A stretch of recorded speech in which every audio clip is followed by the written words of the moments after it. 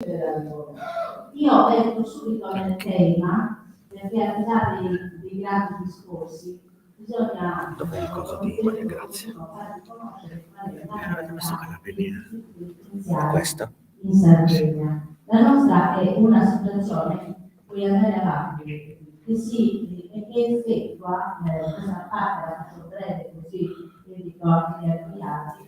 La nostra, io sono la presidente attualmente, perché ci alternano la presidenza dell'associazione, la presidente attuale si chiama Paola Melis, e il nostro incarico, il nostro impegno è quello di effettuare puoi andare avanti, dal 2009, l'anno in cui è nata questa associazione, noi svolgiamo intensa attività all'interno del carcere di Cagliari, della carcere di Cagliari, e non solo, perché effettivamente siamo anche un punto di riferimento spesso anche delle altre strutture penitenziarie. Prego.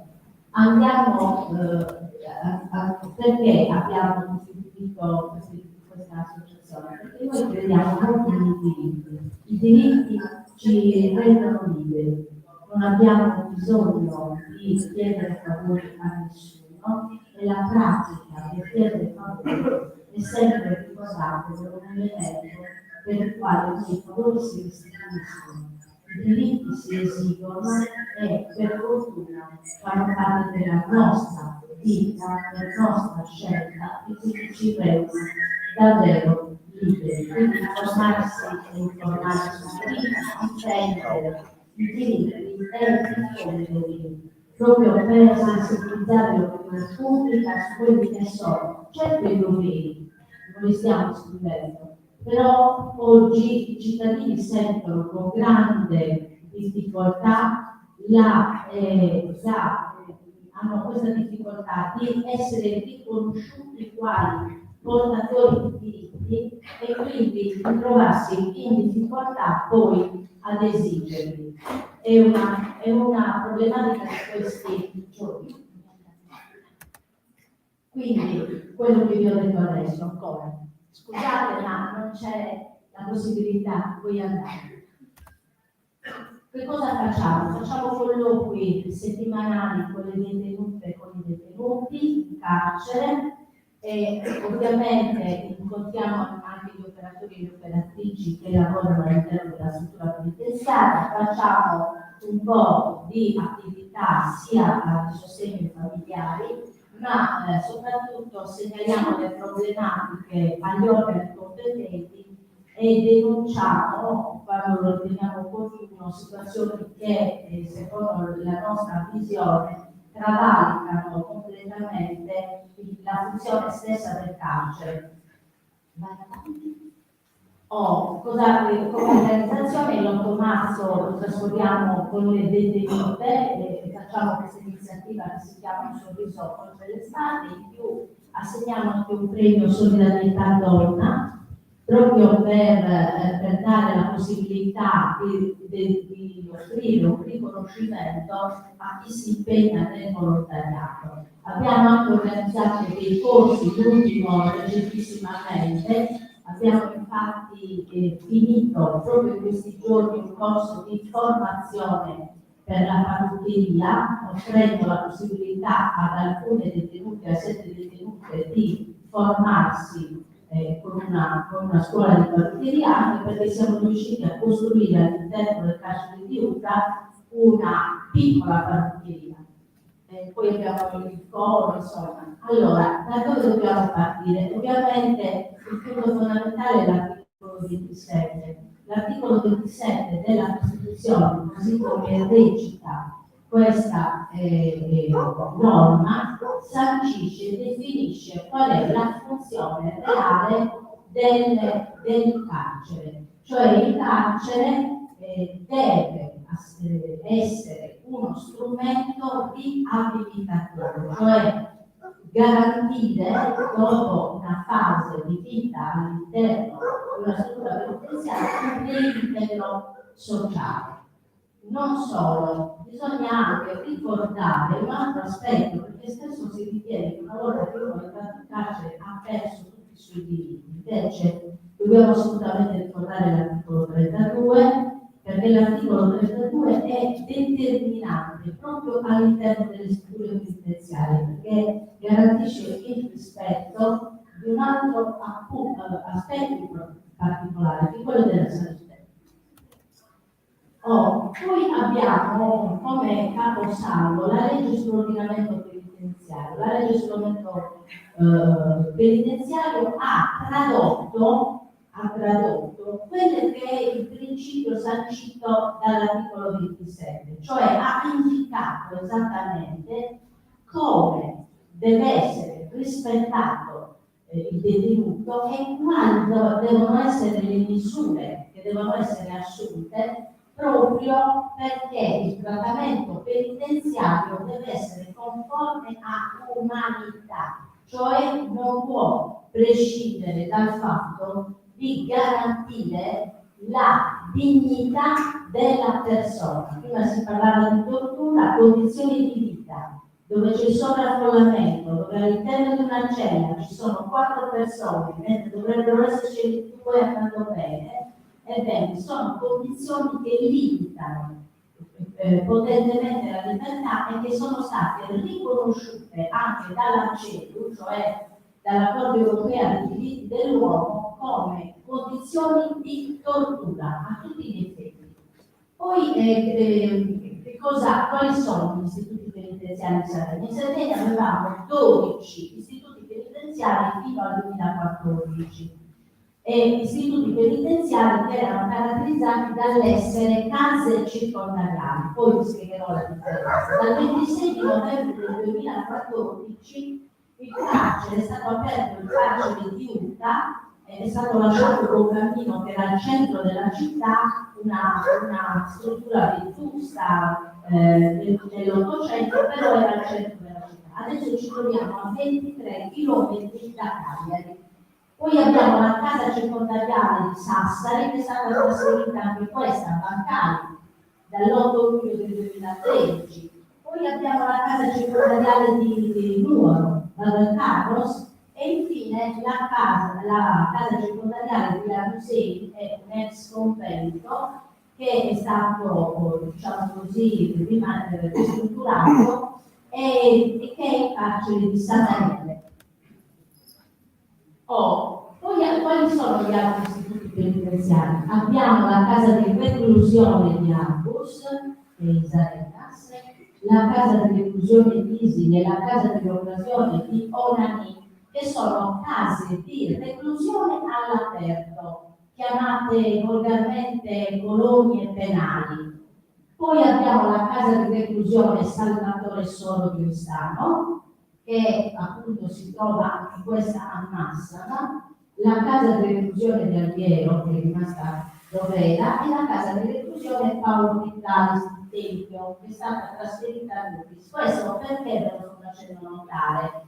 Perché praticamente intanto le case di reclusione hanno una struttura completamente diversa rispetto alle case circondariali, ma la cosa più importante è che se noi allontaniamo sempre di più la realtà detentiva dal nucleo urbano e ne facciamo una cosa a parte, la stiamo escludendo dalla possibilità di accedere a un reinserimento reale delle persone che stanno scontando una pena.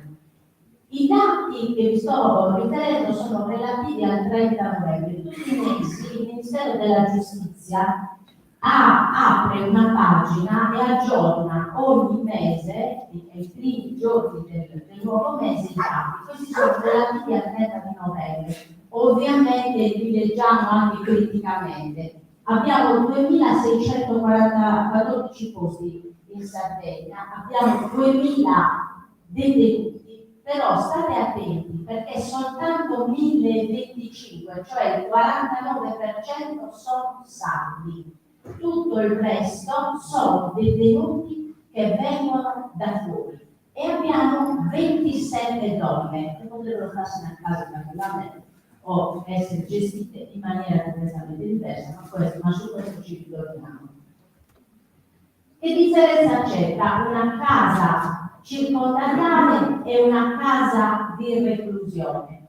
I dati sono relativi alle pene che devono essere, cioè dovrebbero esserci i detenuti in attesa di giudizio in una casa circondariale oppure con pene inferiori ai 5 anni, mentre nella casa di reclusione, il vero e proprio istituto dove si espiano le pene, dovrebbero avere una condanna definitiva non inferiore ai 5 anni.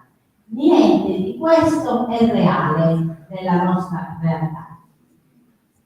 Perché Oristano non ha una casa circondariale, o meglio, ce l'aveva in Piazza Mannu ed è stata trasferita a Massama ed è diventata una casa di reclusione.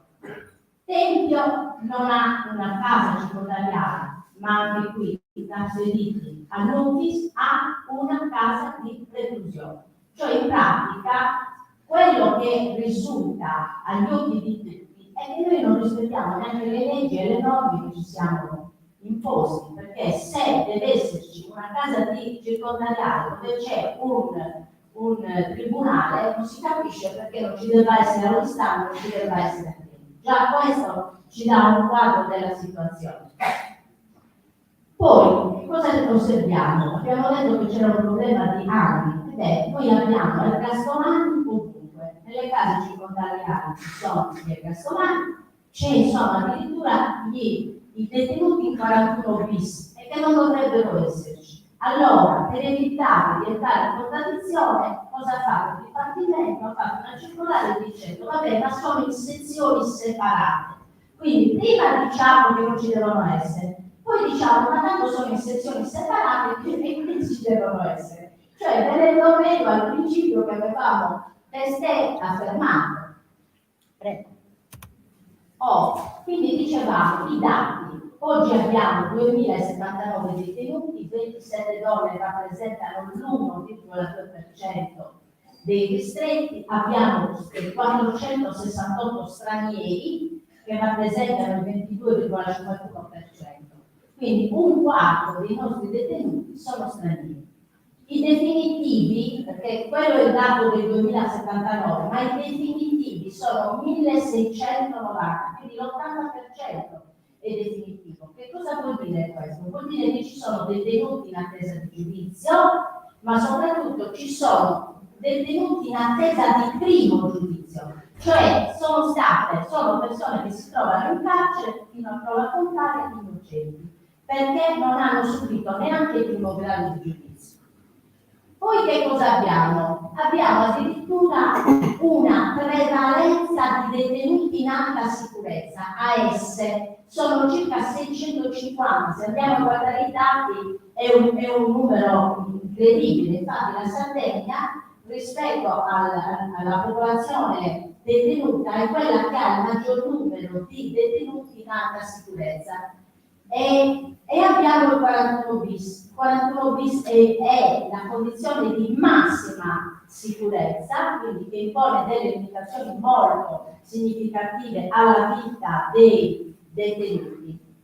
Quindi poco meno del 40% sono detenuti in alta sicurezza, mentre abbiamo le case di reclusione all'aperto, le colonie penali che vi ho illustrato prima, Isi, Mannone, Isarenas, abbiamo 298 detenuti su 598 posti. Se le case di reclusione all'aperto sono nate per dare lavoro alle persone detenute e quindi fare in modo che queste possano lavorare e quindi migliorare la loro condizione e favorire il reinserimento sociale, sono vuote, sono assolutamente vuote e prive di significato. Perché osservate, vi faccio osservare i numeri. Noi abbiamo i posti che sono 561 per Cagliari, con 540 presenze, 104 stranieri e 18 donne, Lanusei, Sassari, fino a qua in questi giorni però, perché i dati, dovete capire questo, i dati cambiano costantemente giorno dopo giorno, non sono stabili e non sono fissi. Poi abbiamo le case di reclusione, abbiamo Oristano, Alghero e Tempio. A Tempio abbiamo 193 detenuti su 170 posti.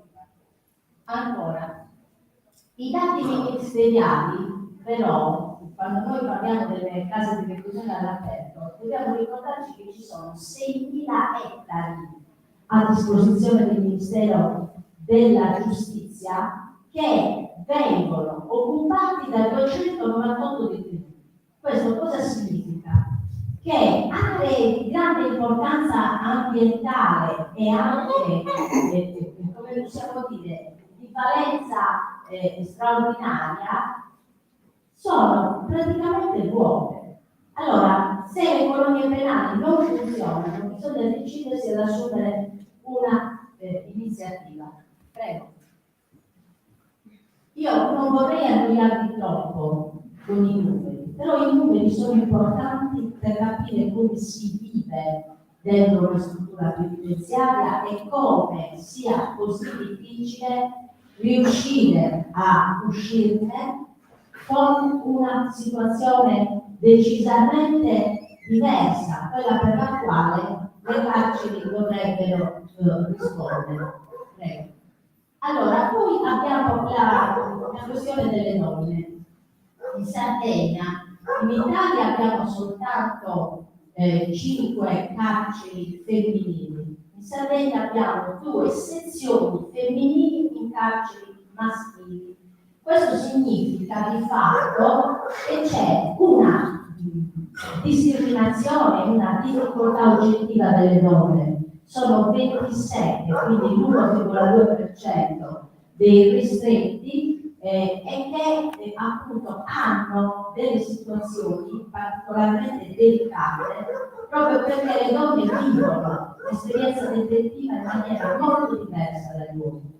Cioè, mentre gli uomini in qualche misura, una volta che sono in carcere, pensano sostanzialmente a trovare soluzioni ai problemi che hanno all'interno, le donne no. Le donne sono sempre proiettate nel lavoro di cura, quindi sono preoccupate se hanno figli, che hanno lasciato dei figli, se sono preoccupate per i familiari, hanno sempre una carica estremamente una carica di tensione che molto spesso le porta proprio ad essere aggressive l'una con l'altra. Poi per capire cosa significa AS, che cosa sono i detenuti in alta sicurezza? I detenuti in alta sicurezza vengono classificati dal Dipartimento dell'Amministrazione Penitenziaria in 3 categorie, che sono gli AS1, che possiamo dire sono i mafiosi, quelli che sono appena usciti dai limiti del 41 bis. Poi abbiamo gli AS2, che sono in genere imputati o condannati con finalità terroristiche, e ancora ci sono i vertici dello spaccio di stupefacenti. Chiaramente questo è uno schema che ho predisposto. Cosa succede con gli AS? Gli AS, che sono appunto i detenuti in generale della sicurezza, vengono in sezioni separate dai detenuti ordinari e possono accedere alla declassificazione. Mentre il 41 bis è il cosiddetto carcere duro. Il carcere duro è molto limitativo dei diritti delle persone private della libertà ed è stato introdotto nel 1992 dopo le stragi di Capaci e di Via D'Amelio.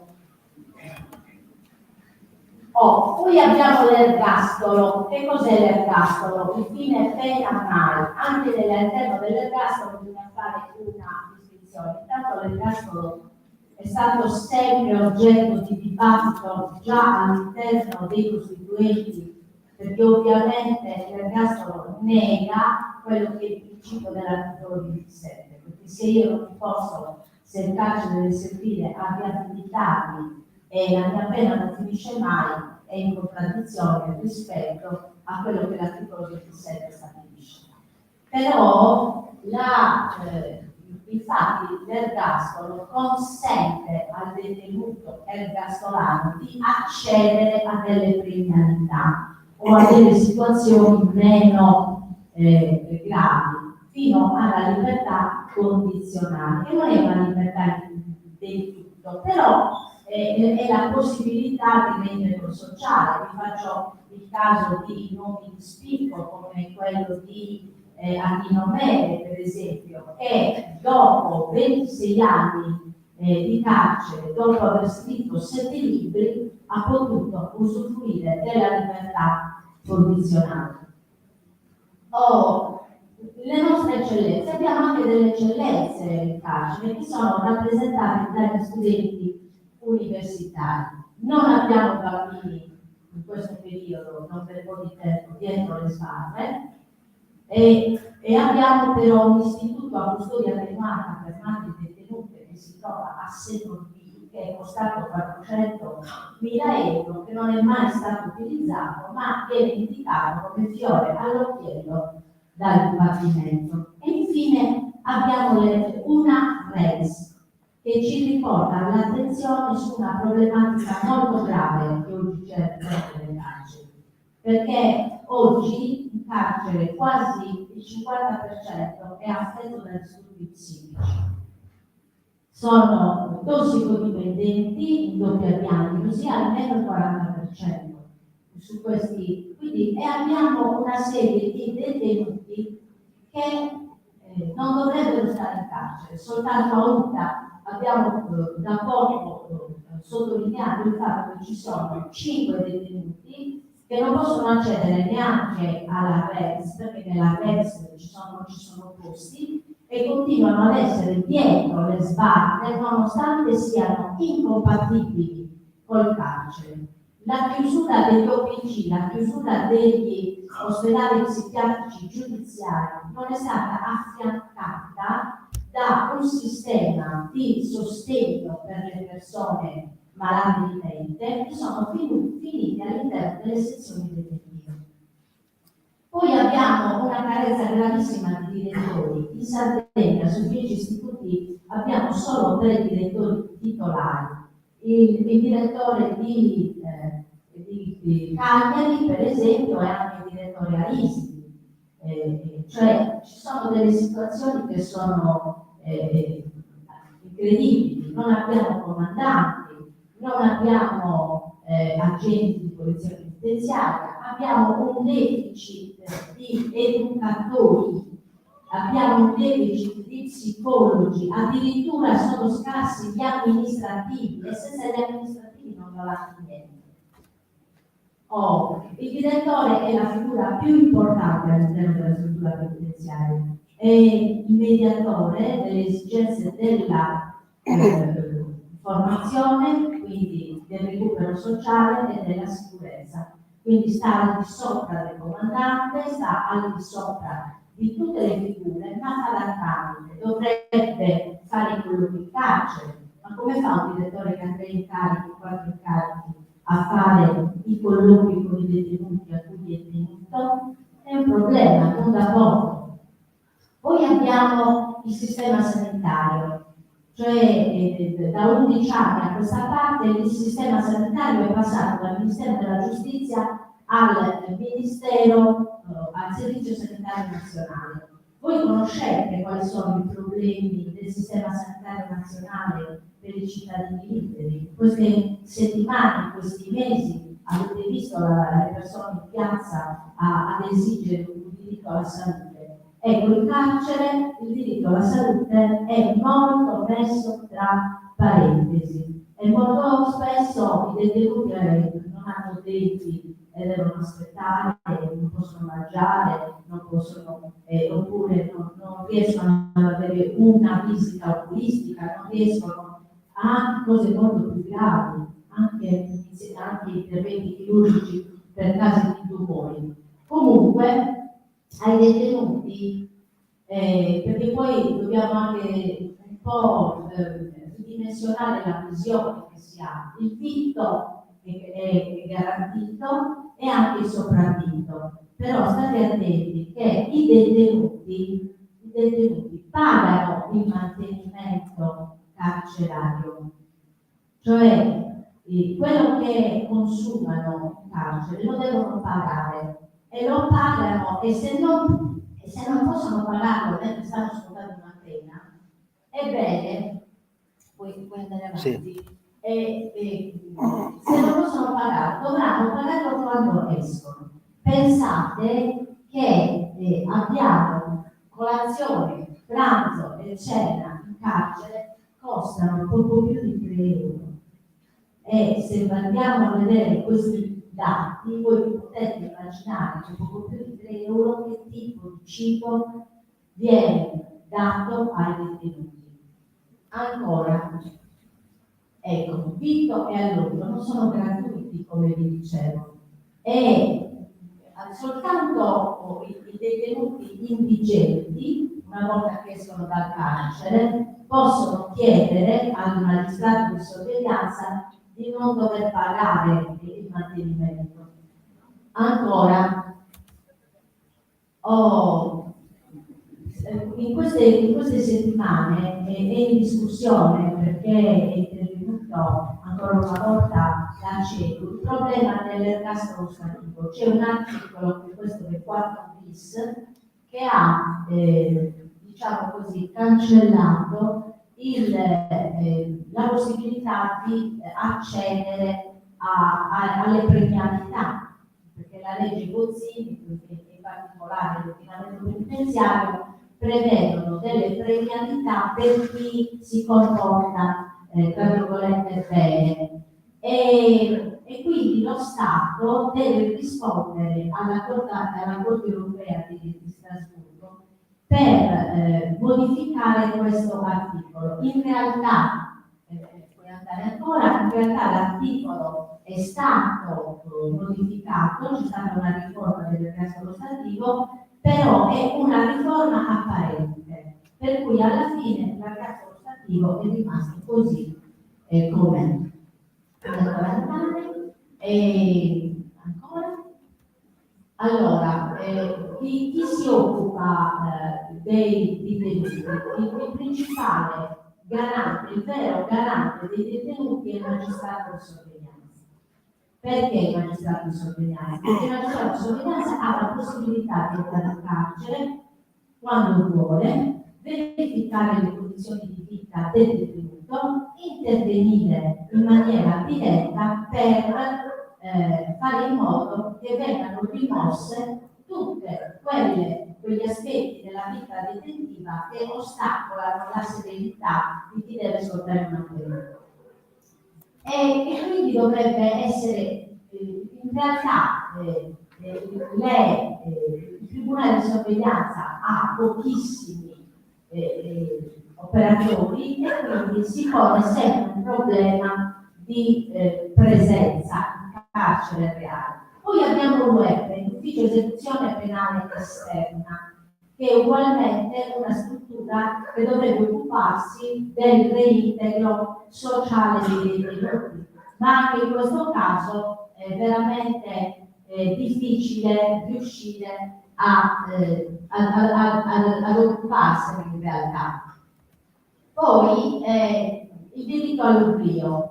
Noi ogni volta che parliamo di un detenuto, come vediamo spesso nei giornali, si ricostruisce la sua storia personale. Ebbene, questa è una violazione di un diritto, cioè ha senso ricostruire la vita personale se ha attinenza con quello che ha fatto il detenuto dopo, ma non ha senso che per una persona che si trova in una situazione particolare dover ogni volta ricordare il suo passato e quello che ha fatto. Quindi il diritto all'oblio è un diritto, perché la vita del detenuto, una volta che esce, non cambia, resterà lo stigma sempre di essere stato un detenuto. E quindi cosa accadrà? Cosa sarà di questa persona? Non trova lavoro, non ha possibilità reale di integrarsi socialmente, e se uno scopre che è stato in carcere viene subito allontanato, anche se ha ascoltato del tutto la sua pena e il giudice dovrebbe far parte, come dovrebbe, della nostra società. Allora, quindi le persone possono chiedere la cancellazione anche delle notizie online con foto e dati sensibili personali. Io ho finito il mio intervento e ringrazio soltanto una sottolineatura. Non lo dico io, lo dicono tutti. Le nostre carceri sono fuori legge. Sono fuori legge perché non vengono rispettati i diritti dei detenuti, perché le norme che lo Stato si è dato non vengono rispettate e perché esiste una discriminazione totale. La domanda che faceva Luigi all'inizio della servono le carceri, così le carceri non servono a niente, servono soltanto, nessuna responsabilità di quello che dico, per chi ci lavora, cioè sono posti di lavoro le carceri, ma per la società davvero la struttura penitenziaria non è in grado di risolvere il problema, perché il problema non è dentro il carcere, il problema è fuori, laddove ci sono situazioni non risolte di problematiche sociali, laddove le persone non possono vivere una vita davvero serena, ebbene si creano delle sacche che sono veramente sacche di disagio che si riversano all'interno dei nostri istituti penitenziari. Grazie.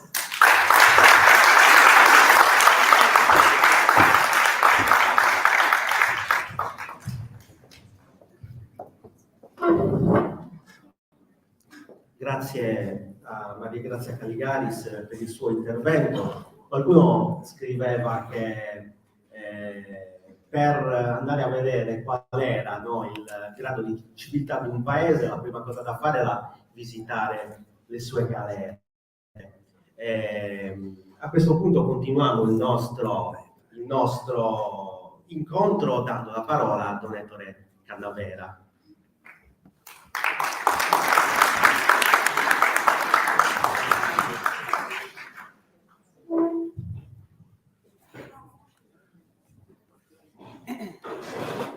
Buongiorno a tutti, spero abbiate ancora un po' di energie per ascoltare i miei 10 minuti, estremamente collegato a quello che ha appena detto Maria Grazia. Ci ha presentato la situazione del carcere. Credo che tutti voi, noi che siamo dentro, sappiamo bene, addirittura ha usato una parola forte, il carcere è illegale. L'interrogativo più grosso che dobbiamo porci è: a che serve il carcere? Il mio intervento vuole essere più che teorico, spinto dall'esperienza. Io sono stato per un anno in carcere. Sono stato detenuto per un anno in carcere. Qualcuno mi dice: come? Ma tu non sei un prete? Sì, sono un prete, ma una scelta volontaria che ho voluto fare.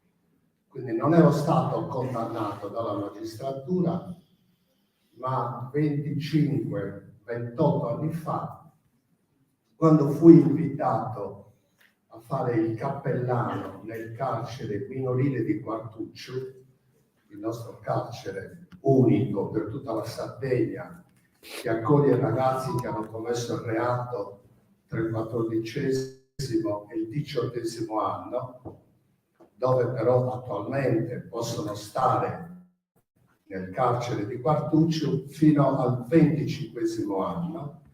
Se poi la pena prosegue, verranno trasferiti nel carcere per gli adulti, per noi soprattutto a UTA.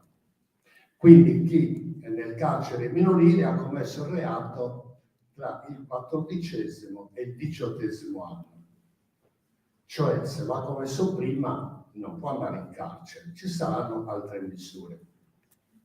Bene, la mia esperienza di aver vissuto il carcere all'interno, in quel periodo io ho insegnato filosofia, per cui vorrò fare, perché mi sono informato che voi studiate filosofia e vorrei proprio partire da Socrate per capire il mio pensiero, la mia visione. Bene, ragazzi che commettono reato dopo il 14° anno possono andare in carcere. Ho citato Socrate per dire, ricordate chi l'ho studiato, chi sbaglia, chi addirittura commette un reato, che consapevolezza soggettiva ha di quello che sta commettendo? Commette un furto, ruba un'auto. Dal punto di vista oggettivo è un reato, perseguibile con una pena. Dal punto di vista soggettivo, e questo io l'ho capito bene con i ragazzi, non è un reato. Io ho rubato una macchina perché il pullman non c'era più, dovevo rientrare al mio paese, visto che c'era una macchina con le chiavi addirittura dentro, ho preso per andare in paese, ma poi l'avrei lasciata. Io non ho commesso un furto, ho utilizzato quella macchina perché dovevo rientrare e non c'era più possibilità di prendere il mezzo pubblico. Allora, il reato dal punto di vista oggettivo e dal punto di vista soggettivo. Per tanti di voi, nella vostra età, come per ciascuno di noi adulti che siamo stati adolescenti, abbiamo commesso tante cose che dal punto di vista oggettivo sono dei reati, delle cose sbagliate. Chi non ha fatto, mi è capitato un piccolo furtarello in un supermercato. Lo si prende perché in quel momento magari posso portarmi via 2 caramelle, portarmi via qualcosa, ma è un reato oggettivamente. Allora il problema che io vorrei porvi, ragazzi, è quello di saper leggere il ragazzo, la ragazza che commette il reato, di non leggere il reato che ha commesso, ma di capire chi è quella persona che ha commesso il reato. Giustamente Maria Grazia ci ha fatto un panorama completissimo di chi finisce in carcere, ma io mi chiedo perché quello è finito in carcere e io e tutti voi che siete qua dentro, penso, nessuno è finito in carcere, eppure qualche attività, qualche cosa di legittimo, qualche piccolo reato l'abbiamo potuto commettere a casa, fuori casa. La nostra Costituzione, l'articolo 27, ci tengo a metterlo molto in evidenza, pensate, non dice carcere, non c'è la parola carcere. E cosa dice l'articolo 27?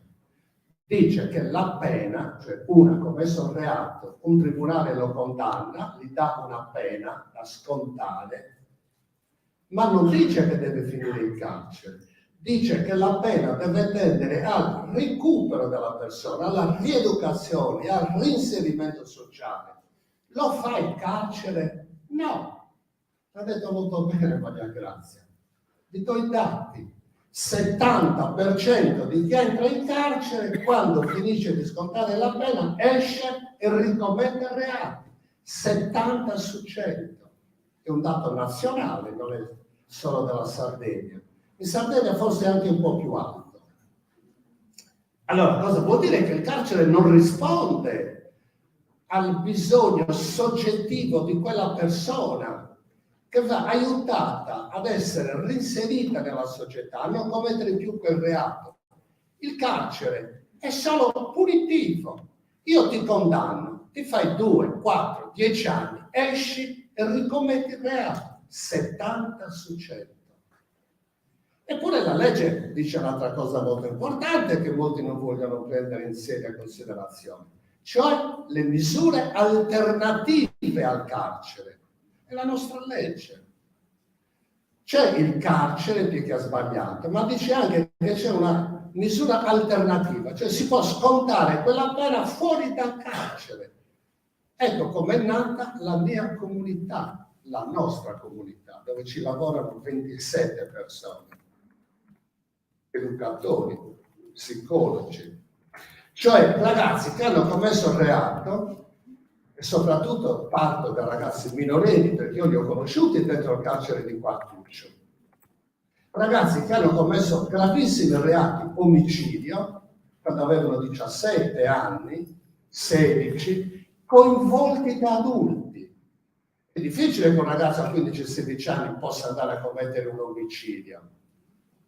C'è il coinvolgimento di un adulto che si serve della manovalanza di un minorenne che per poter ottenere qualcosa accetta di fare quella determinata azione. Bene, di questi ragazzi che sono finiti nel carcere minorile di Quartuccio, ho tentato 27 anni fa di evitare il passaggio al carcere degli adulti, allora Buoncammino, oggi Utah, perché allora a 18 anni, oggi a 25, vengono trasferiti perché hanno una pena da scontare di 15, 18, 20 anni, che è il massimo che si dà a un minorenne che ha commesso omicidio. Per cui la comunità che io ho con tante persone, con tanti contributi dello Stato, della regione Salta, una struttura molto complessa, perché questi ragazzi non scontassero la pena in un carcere, ma in un luogo, in una situazione rieducativa, come dice la Costituzione.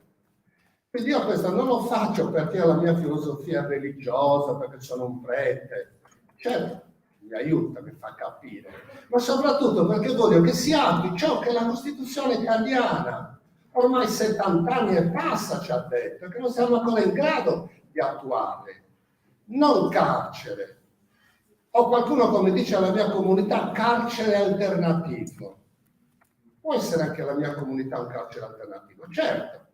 Non possono uscire dalla comunità se non per un motivo ben preciso, se devono andare a lavorare, se devono andare a scuola, all'inizio addirittura accompagnati. Dopo le 21 non possono essere mai fuori dalla comunità. E pensate che su 142 sono entrati in carcere per essere rientrati in comunità alle 21:15, con un quarto d'ora di ritardo. Dove addirittura il magistrato competente mi diceva: ma su, dovettore, per un quarto d'ora lasci perdere. No, è una struttura educativa, cioè deve fare, perché c'è un contratto che io faccio con i ragazzi. Se invece del carcere vuoi stare in comunità, questa è la vita comunitaria. Alle 7 ti alzi, alle 7:30 fai la colazione, alle 8 vai a scuola o a lavorare e così via. Alle 21 è un orario che ti pone il tribunale e non puoi essere fuori dalla comunità. Scusate, su 14 che ne ha avuto condannati per omicidio, uno per sequestro di persona, uno per traffico internazionale di droga, perché l'hanno attuato? Perché non sono entrati in carcere? Perché sono reinseriti nella società, alcuni già sposati, hanno figli? Allora vuol dire che c'è una possibilità alternativa al carcere. Se il carcere è al 70% fallimentare, cioè escono e rientrano, le misure alternative, ma la mia è una piccola esperienza, a livello nazionale, ma già a livello sardo ce ne sono 10 comunità come questa, a livello nazionale ce ne sono centinaia, ma l'opinione pubblica, ed è quello che vorrei che voi ragazzi e ragazze poteste capire, è forcaiola. Ti rubano qualcosa, galera. Ti fanno qualche cosa, galera. Io lo sento dire, addirittura mi dicono anche: perché lo tieni quello, ma proprio quello, ma ti ricordi quello che ha fatto? E tu lo tieni in comunità, mandalo in galera. Sai quanto costa a noi, non a voi, ai genitori che pagano le tasse? Quanto costa un ragazzo nel carcere minorile, quanto costa in comunità? In comunità costa 30 euro al giorno, perché lavorano, perché vivono del loro lavoro. I 30 euro sono per pagare gli educatori che li devono aiutare. In carcere, al carcere minorile il nostro di Quartuccio, costano 700 euro al giorno. E chi le paga? Loro. Non le pagano i politici, non le pagano quelli che sono nelle istituzioni. Cari genitori, insegnate che ci siete, come accettiamo ancora questa situazione? 700 euro al giorno. Ma gli stessi ragazzi, se mi ne danno 50 al giorno non vado più a rubare, costa molto meno. Ma capite che situazione illogica stiamo vivendo? Perché? Perché siamo tutti portati istintivamente a condannare, a mandarli in galera, a punire. E non è forse anche in molti genitori, in qualche insegnante, in molti preti. Punire, punire. È la parola che bisogna superare. È la parola che bisogna capire che non è la punizione che educa, non è la condanna che educa, non è il carcere che educa, non è la privazione di libertà. Mi viene in mente il titolo di un bellissimo libro, gli adulti lo conosceranno, Paulo Freire, brasiliano. Educare è pratica di libertà. Il titolo del suo bellissimo libro rivoluzionario. Educare è pratica di libertà. Come può un carcere educare se educare è pratica di libertà? Il carcere invece è contenimento e privazione di libertà. E c'è solo un problema. A 14, 15, 16 anni, ragazzi e ragazze, il problema affettivo, il problema sessuale, come si risolve dentro un carcere di soli maschi? Io ci ho vissuto un anno per capirlo e la notte andavo in giro nelle celle per vedere quello che succedeva. Ma pensate che noi priviamo di tutto l'aspetto psicologico, umano, il ragazzo e la ragazza in carcere. La legge dice che lo privi della libertà. Ok, della libertà sono d'accordo, cioè che tu non puoi fare quello che vuoi, non puoi andare in giro dove vuoi. Ma l'aspetto affettivo è la sessualità. Quando si hanno 14, 15, 16 anni, il problema della sessualità. Come si risolve in un carcere che è solo maschile? Non ci vuole molta fantasia per capire come si risolve. Ma allora quindi il carcere è completamente irrazionale, illogico, a partire dai minorenni. Per questo, facendo della, come si chiama quello che ha fondato Pannella? Partito Radicale. Partito Radicale. Faccio parte del Partito Radicale volutamente, non è che ne condivido tutto, però l'aspetto dove stiamo combattendo a livello nazionale, ne ho avuto occasione di parlare con magistrati, in particolare con la ministra che c'era prima, Cartabia, per il superamento del carcere minorile. Non si può mandare in carcere 14enne, 15enne e 16enne. Massimo a 18 anni, ancora possibile. Io lo manderei addirittura a 20, a 21, perché non è il carcere che tiene. Eppure, pensate che noi italiani li mandiamo a 14. Ma pensate al panorama mondiale. La Francia e la Spagna li manda a 12. L'America, gli Stati Uniti, questa grande civiltà, a 7 anni manda un ragazzo o una ragazza in carcere.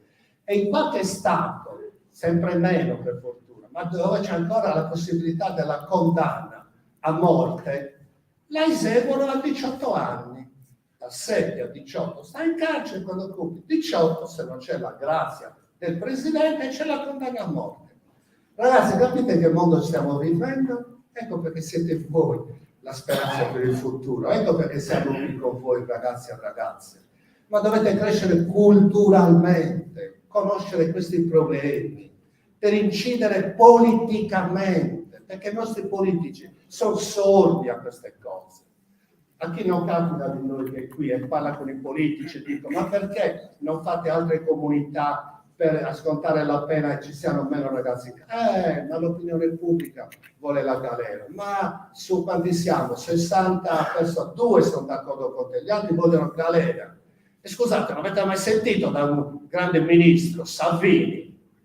Hanno fatto reati, galera, fino alla fine, senza pene che possono scontare fuori. Detta da Salvini, un ministro, no, che è un ministro.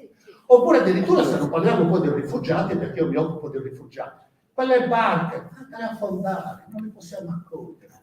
Ragazzi e ragazze, in che mondo stiamo vivendo? Che civiltà stiamo affrontando? Tutto qui. Se la vostra scuola, se le lezioni di stamattina e tutto quello che continuerete a parlarne in classe, con i vostri genitori, parenti, amici, siete voi il futuro della società. La mia età ormai è avanzatissima. Solo questo, ma ci vuole cultura, conoscere, capire, studiare, approfondire, non solo eseguire. Solo così potremo aiutare i politici, quelli che devono prendere delle decisioni importanti, perché non hanno queste conoscenze. Sono porcaioli molti dei nostri politici. E allora attenti che solo voi siete la speranza per un domani migliore. Sarà fra 5, fra 10, 20 anni, ma si chiuderà un carcere minorile che non ha senso. Dovranno diminuire le persone dentro le carceri. Ci sono le misure alternative come le comunità sparse in tutta Italia. Solo questo ha senso, anche questo incontro. Grazie.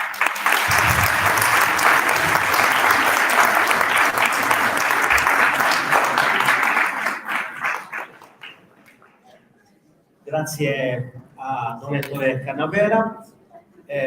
Passiamo ora la parola a Roberto Loddo.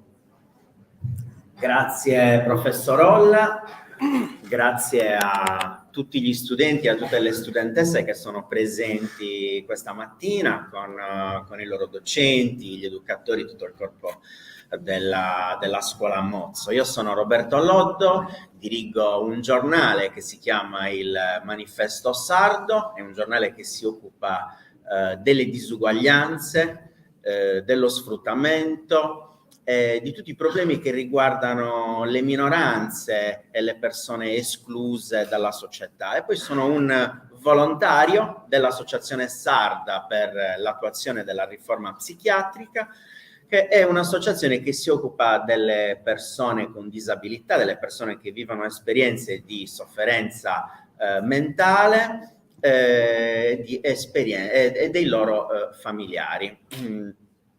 Come dicevo a Gigi, che mi ha invitato qui stamattina insieme a altre amiche e altri amici che si occupano di carcere, questa iniziativa, gli interventi dei relatori di questa iniziativa saranno registrati, sono in diretta, verranno inseriti nel sito del Manifesto Sardo e attualmente sono in diretta sia nella pagina Facebook sia nella pagina YouTube. Io penso che, come hanno ben spiegato Maria Grazia Caligaris dell'Associazione Socialismo, Diritti e Riforme e Don Ettore Canavera, il fondatore della comunità La Collina, il carcere rappresenta oggi un grande equivoco, perlomeno nella sua declinazione del dibattito pubblico e mediatico e politico. Un grande equivoco, un grande inganno, perché era stato inventato dall'uomo moderno per una funzione molto semplice: trovare un luogo dove mettere le persone sbagliate, le persone che non funzionavano più. Questo grande equivoco, questo grande inganno si è poi esteso a tutte le forme di istituzionalizzazione e di segregazione. Ancora oggi, nel 2022, non nell'Ottocento, stiamo a parlare di dove mettere le persone che per noi non funzionano più, le persone sbagliate, ma non solo i detenuti e le persone ristrette nelle nostre galere, ma parliamo anche delle persone che vivono esperienze di sofferenza mentale, esperienze di disabilità, esperienze di tossicodipendenza, i migranti, i rifugiati, i richiedenti asilo. Parliamo, per quanto riguarda queste persone che vivono elementi di sofferenza, di dove metterli. Dobbiamo necessariamente trovare dei luoghi dove contenere queste persone, dei recinti, dei parcheggi, delle strutture.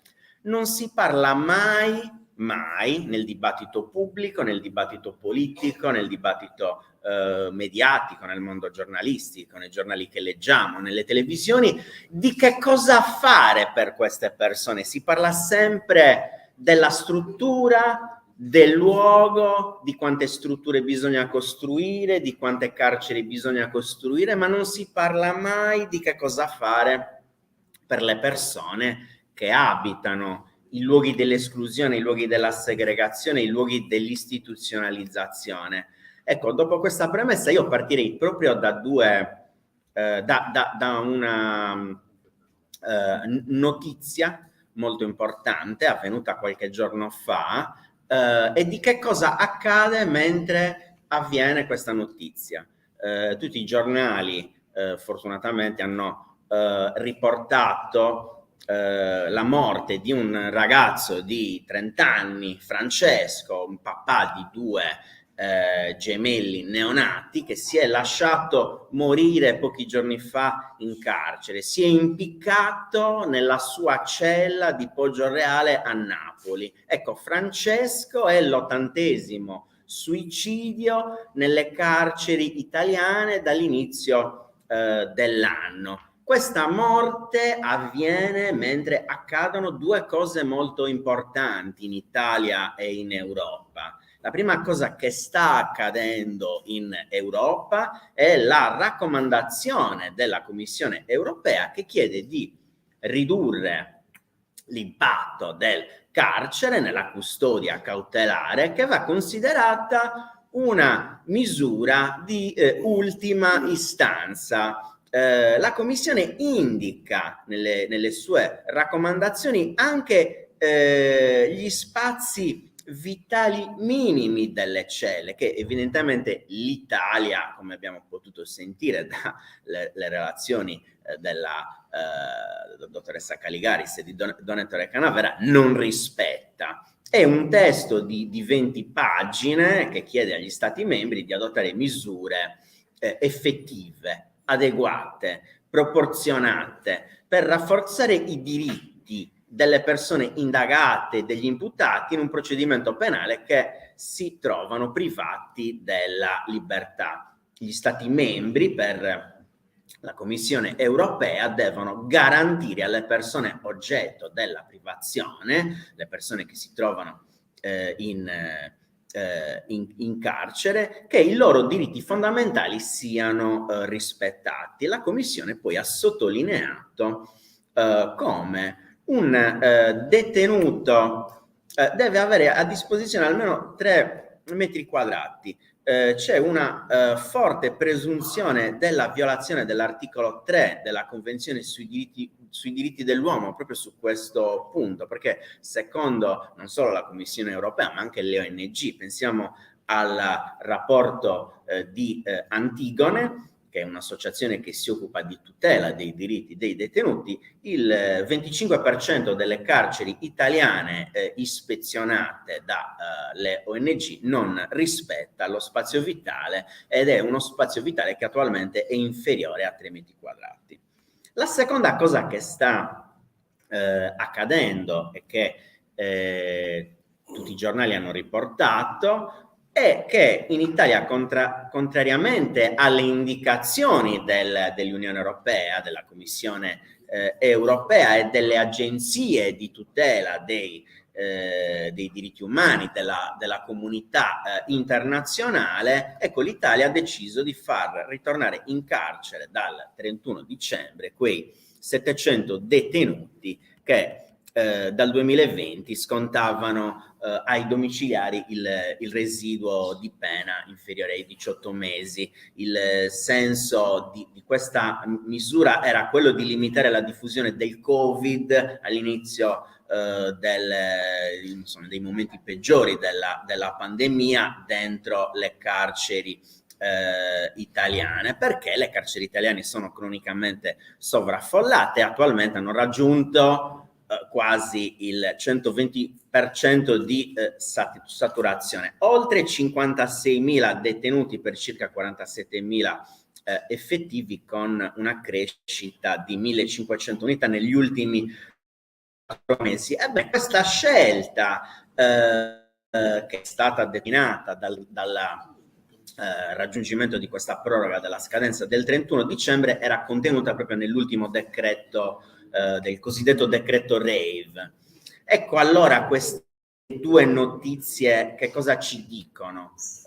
Come interpretarle insieme alla morte di Francesco? Come interpretare questa assenza di sensibilità del governo nei confronti del problema del sovraffollamento? Come interpretare queste notizie con il dibattito pubblico? Nel dibattito pubblico sulla giustizia e sul problema dell'esecuzione penale nelle televisioni, nei social media, nei discorsi politici, sentiamo spesso due parole, le abbiamo ripetute anche stamattina, due parole che costellano sempre il mondo del carcere. Una parola appunto è carcere, l'altra parola che viene spesso associata insieme è certezza della pena. Cioè, per una certa visione del mondo, una certa visione della società che ricordava Don Ettore, una visione della società che coincide con chi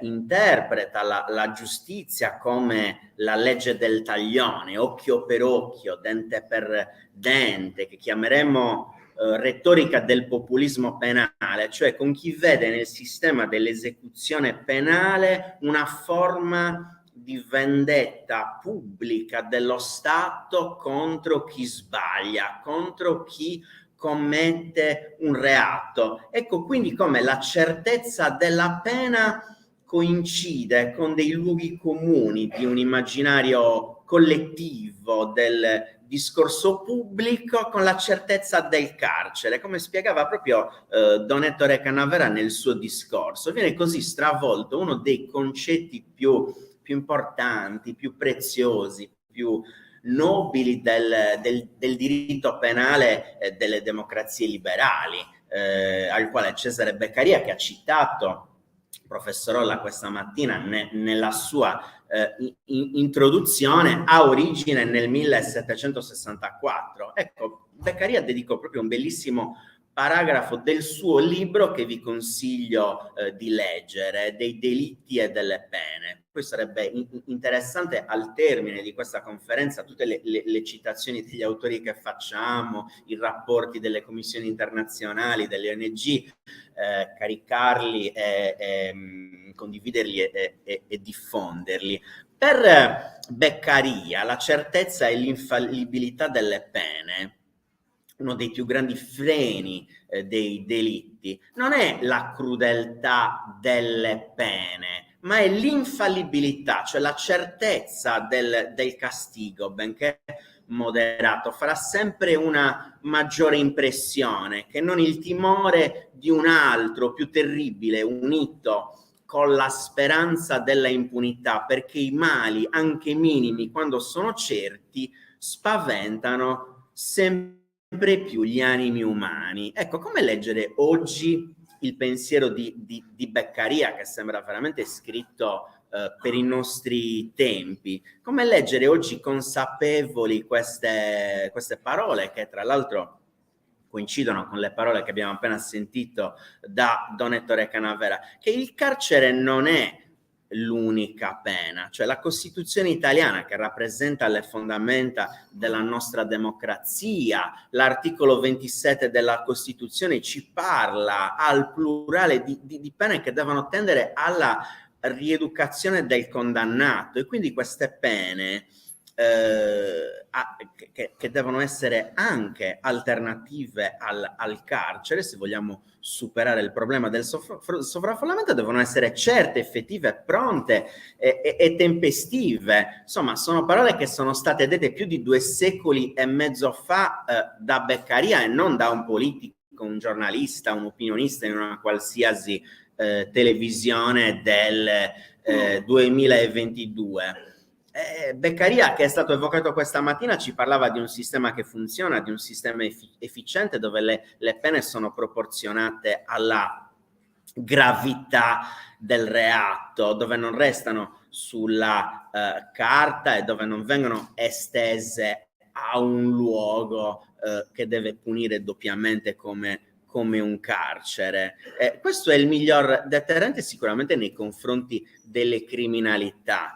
Non si tratta quindi di invocare carcere, sempre più carcere, di buttare le chiavi delle celle. Si tratta di avere una visione moderna, una visione internazionale che sia compatibile con il rispetto delle convenzioni internazionali, con le leggi che ci siamo dati, con la nostra Costituzione. Ecco, chi ha veramente a cuore le pene, chi ha veramente a cuore il sistema dell'esecuzione penale dovrebbe andare verso questa direzione, verso questo orientamento. Fare il contrario, come stiamo facendo oggi, come fanno i nostri, come fanno gli orientamenti degli ultimi governi, significa paradossalmente favorire l'incertezza della pena. Perché oggi il carcere, come è stato ricordato, è diventato un luogo di morte e di sofferenza, come ci ricorda la morte di Francesco e come ci ricordano le 80 morti dei suicidi in carcere, a causa del forte sovraffollamento della popolazione detenuta, ma anche a causa delle condizioni di invivibilità. Un luogo in cui i principi della Costituzione italiana e della Convenzione europea sono calpestati quotidianamente, con questo suicidio del giovane detenuto di Poggiorele, che secondo me è fondamentale ricordare. Come redazione del Manifesto Sardo abbiamo lanciato un appello che vogliamo condividere con voi anche stamattina. Noi pensiamo che il problema del sovraffollamento delle carceri, il problema del sistema dell'esecuzione penale non si risolva attraverso i nostri buoni sentimenti, le nostre buone azioni quotidiane, il nostro modo di pensare. Purtroppo si risolve attraverso delle azioni politiche precise che sono determinate da il mondo della politica, dai nostri eletti e dalle nostre elette nel Parlamento italiano.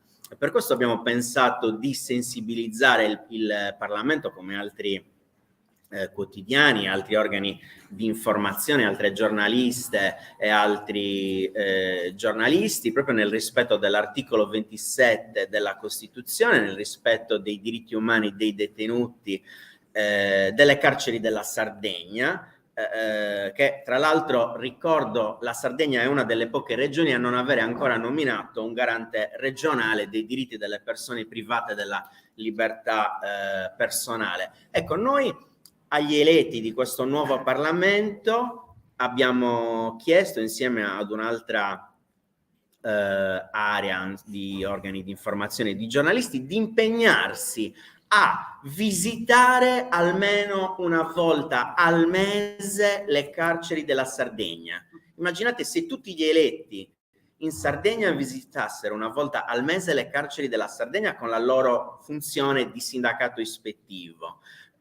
Questo potrebbe favorire un monitoraggio non solo delle detenute e dei detenuti, ma anche delle condizioni di lavoro del personale, con una visita mensile, con un report pubblico che indichi le criticità di ogni istituto di pena, a partire dalle condizioni dei detenuti fragili, con dipendenza, con patologie infettive e con esperienze di sofferenza mentale. Abbiamo chiesto insieme a questa rete di giornalisti anche di sollecitare l'approvazione di provvedimenti funzionali all'aumento di contatti e all'affettività dei detenuti con i loro familiari.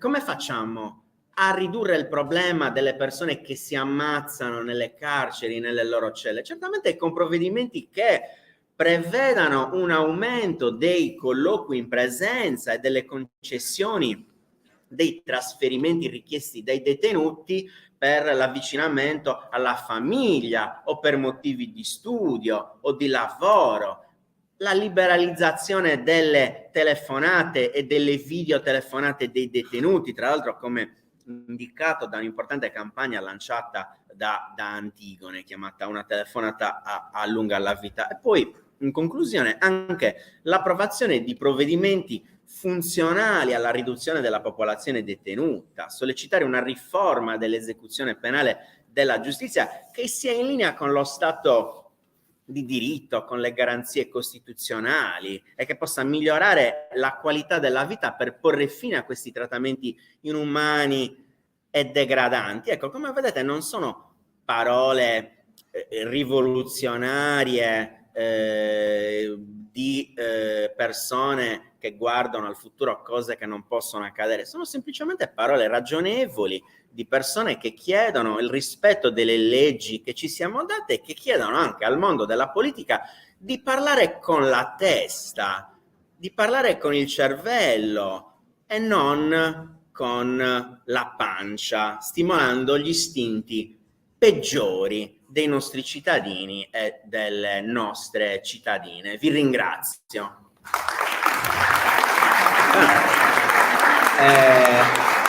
Facciamo una pausa di un quarto d'ora e poi riprendiamo.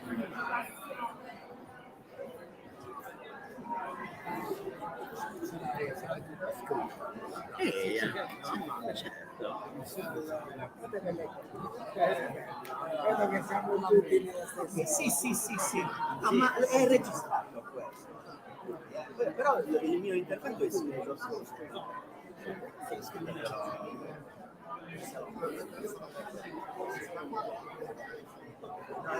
prossimo intervento l'abbiamo ricordato anche in base alle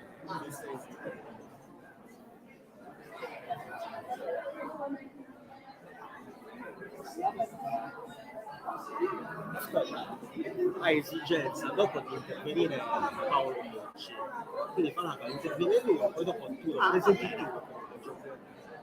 Sì. No, va bene, no, non è che stiamo in diretta, non è che ci tenevo.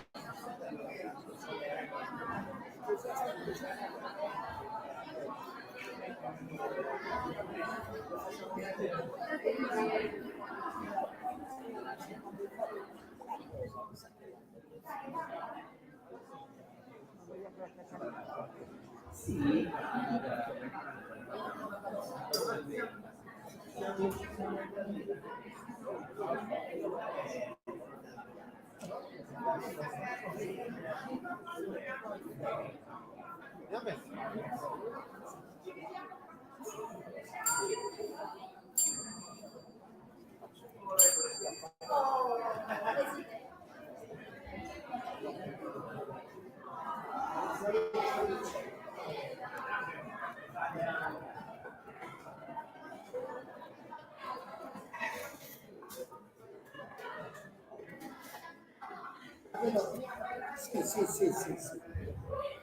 Robert, tutto a posto? Sì. Stai in diretta, sì, sto.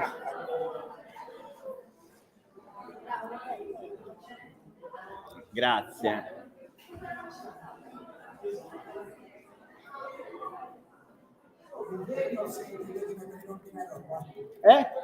No, sto mettendo la musica per la pausa.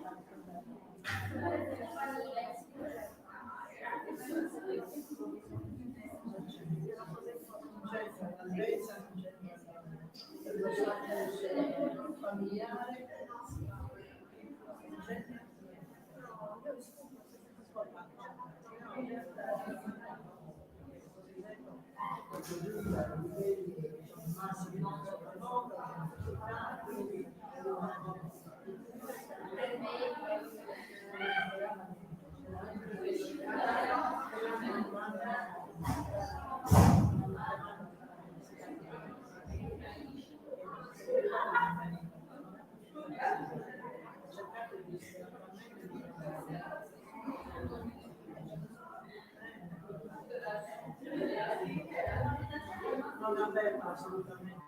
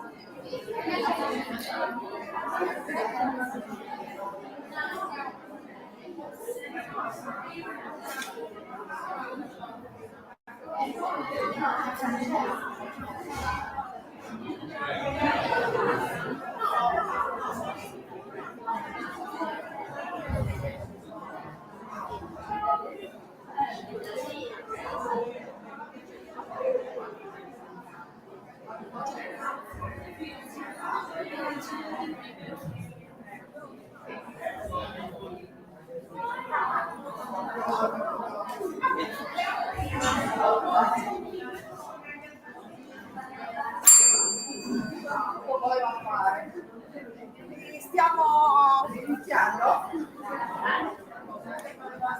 Che è il bottone?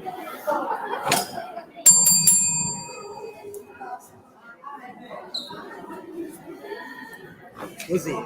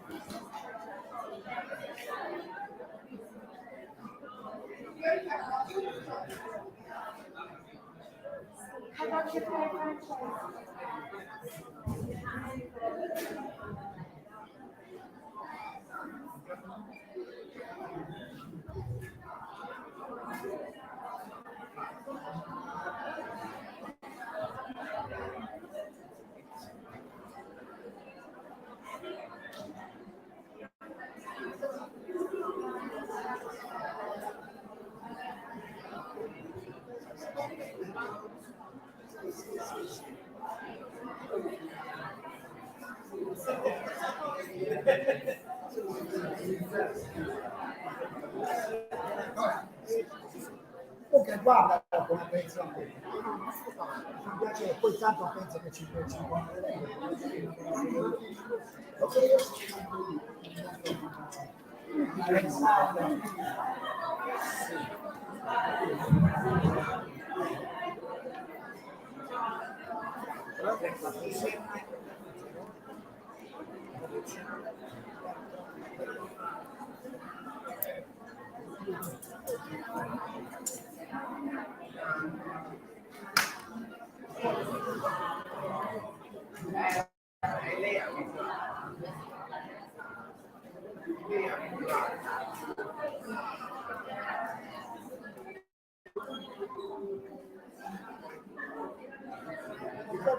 Paolo Bocci, ti metto al tavolo tu, garante Paolo garante di Stato.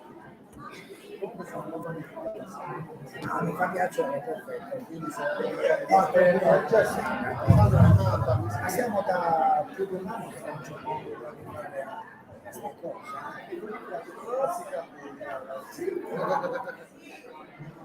È un po' una global.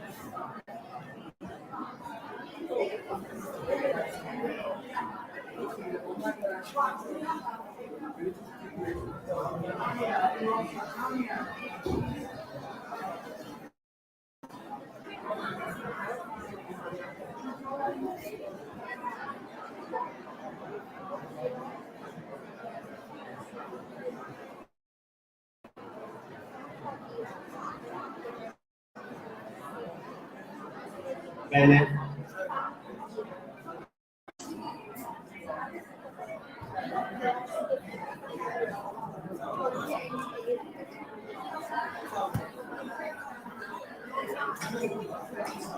Bene, allora proseguiamo con gli interventi che avevamo in programma e diamo la parola a Paolo Bocci, che è il garante del comune di Oristano delle persone private della libertà. A te.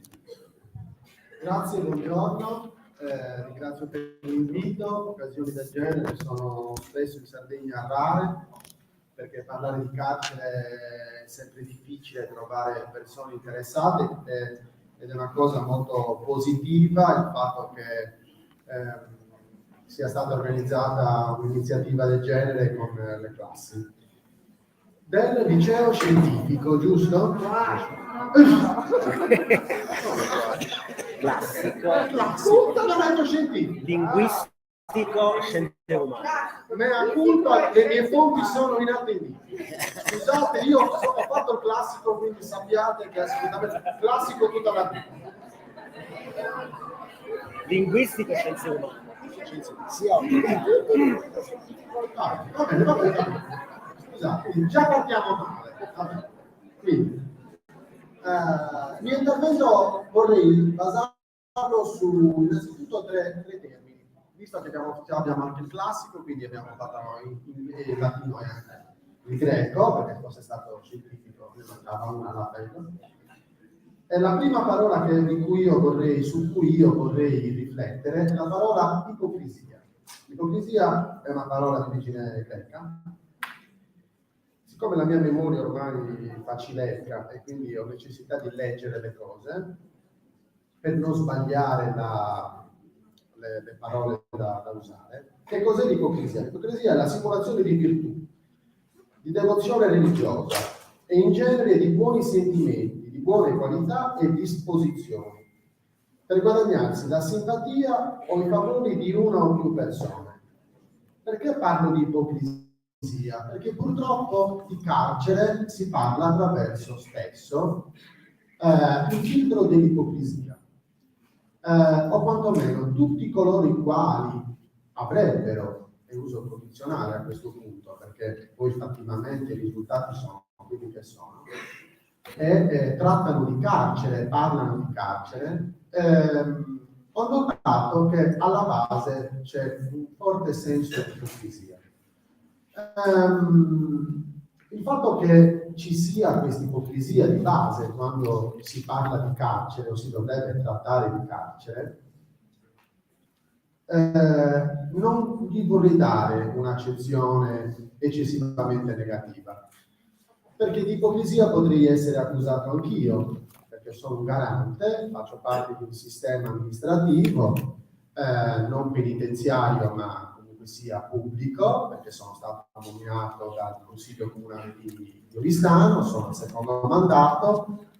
In teoria avrei dei doveri nei confronti del carcere o comunque sia delle persone ristrette e spesso accade che i risultati non si raggiungono. E perché non si raggiungono? Non si raggiungono perché probabilmente, questo che è stato detto, sarei ipocrita, cioè utilizzo il carcere per farmi bello, per simulare virtù che non ho, perché poi effettivamente i risultati non riesco a raggiungere. Quindi quando parlo di ipocrisia non vorrei accusare negativamente le persone che trattano di carcere, ma spesso può capitare che il non riuscire a raggiungere dei risultati per quanto riguarda il carcere non è dovuto all'individuo che tratta di carcere, ma a un sistema in cui quell'individuo vuole inserire. Come garante, o meglio, il garante è stato istituito, io sono stato nominato garante nel 2016, quindi sono ormai 6 anni che sono garante. La figura del garante in Italia è più o meno di quegli anni là, come garante nazionale, come ufficio del garante nazionale. Il garante locale, comunale in Sardegna ha un'età più avanzata, perché prima del garante nazionale in Sardegna fu nominato il garante comunale a Nuoro, e in questo senso Nuoro è molto avanti come riconoscimento dei diritti civili delle persone ristrette, sotto questo punto di vista. E purtroppo quando io sono stato nominato, le prime persone con cui ho avuto a che fare come garanti non è tanto l'ufficio del garante nazionale, ma quanto con i garanti locali. Perché faccio questo discorso? Faccio questo discorso perché spesso è capitato, e ancora capita, che a livello locale si sia un po' più avanti come riconoscimento dei diritti civili e come diritto sociale che non a livello nazionale.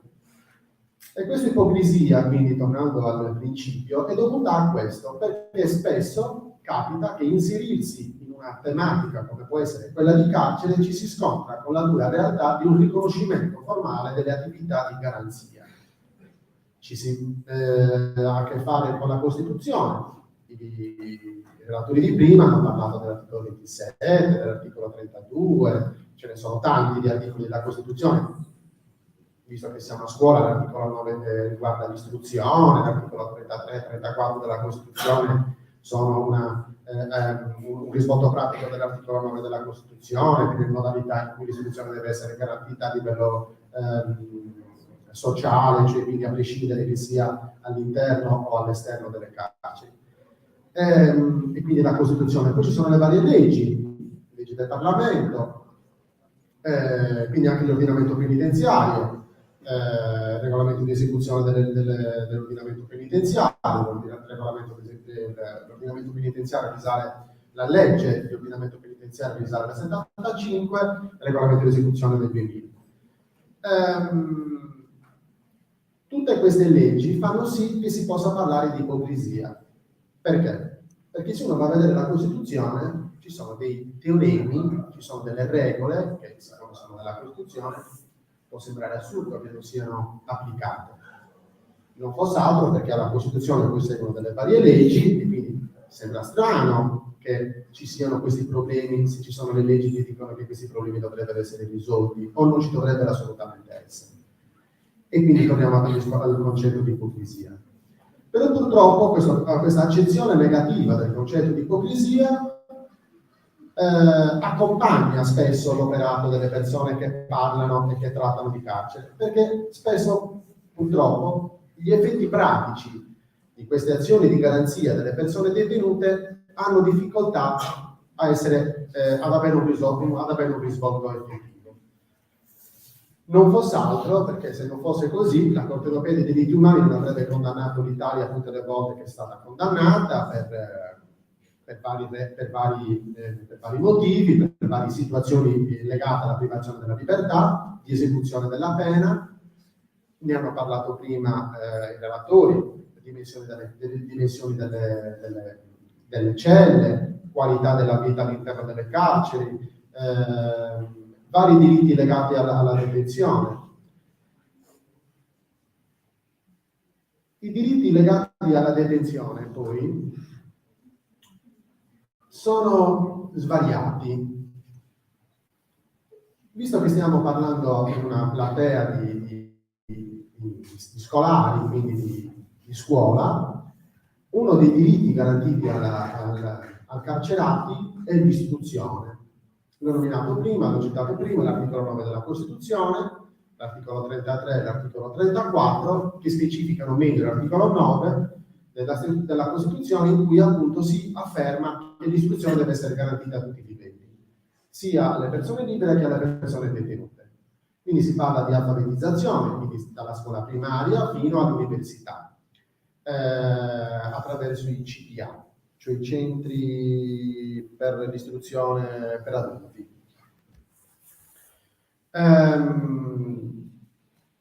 Purtroppo, però, questi diritti non sono garantiti a tutti. In questo senso, i diritti ai detenuti, o meglio, i diritti di cui si parla per quanto riguarda i detenuti, sono diritti per i detenuti, ma doveri per l'amministrazione.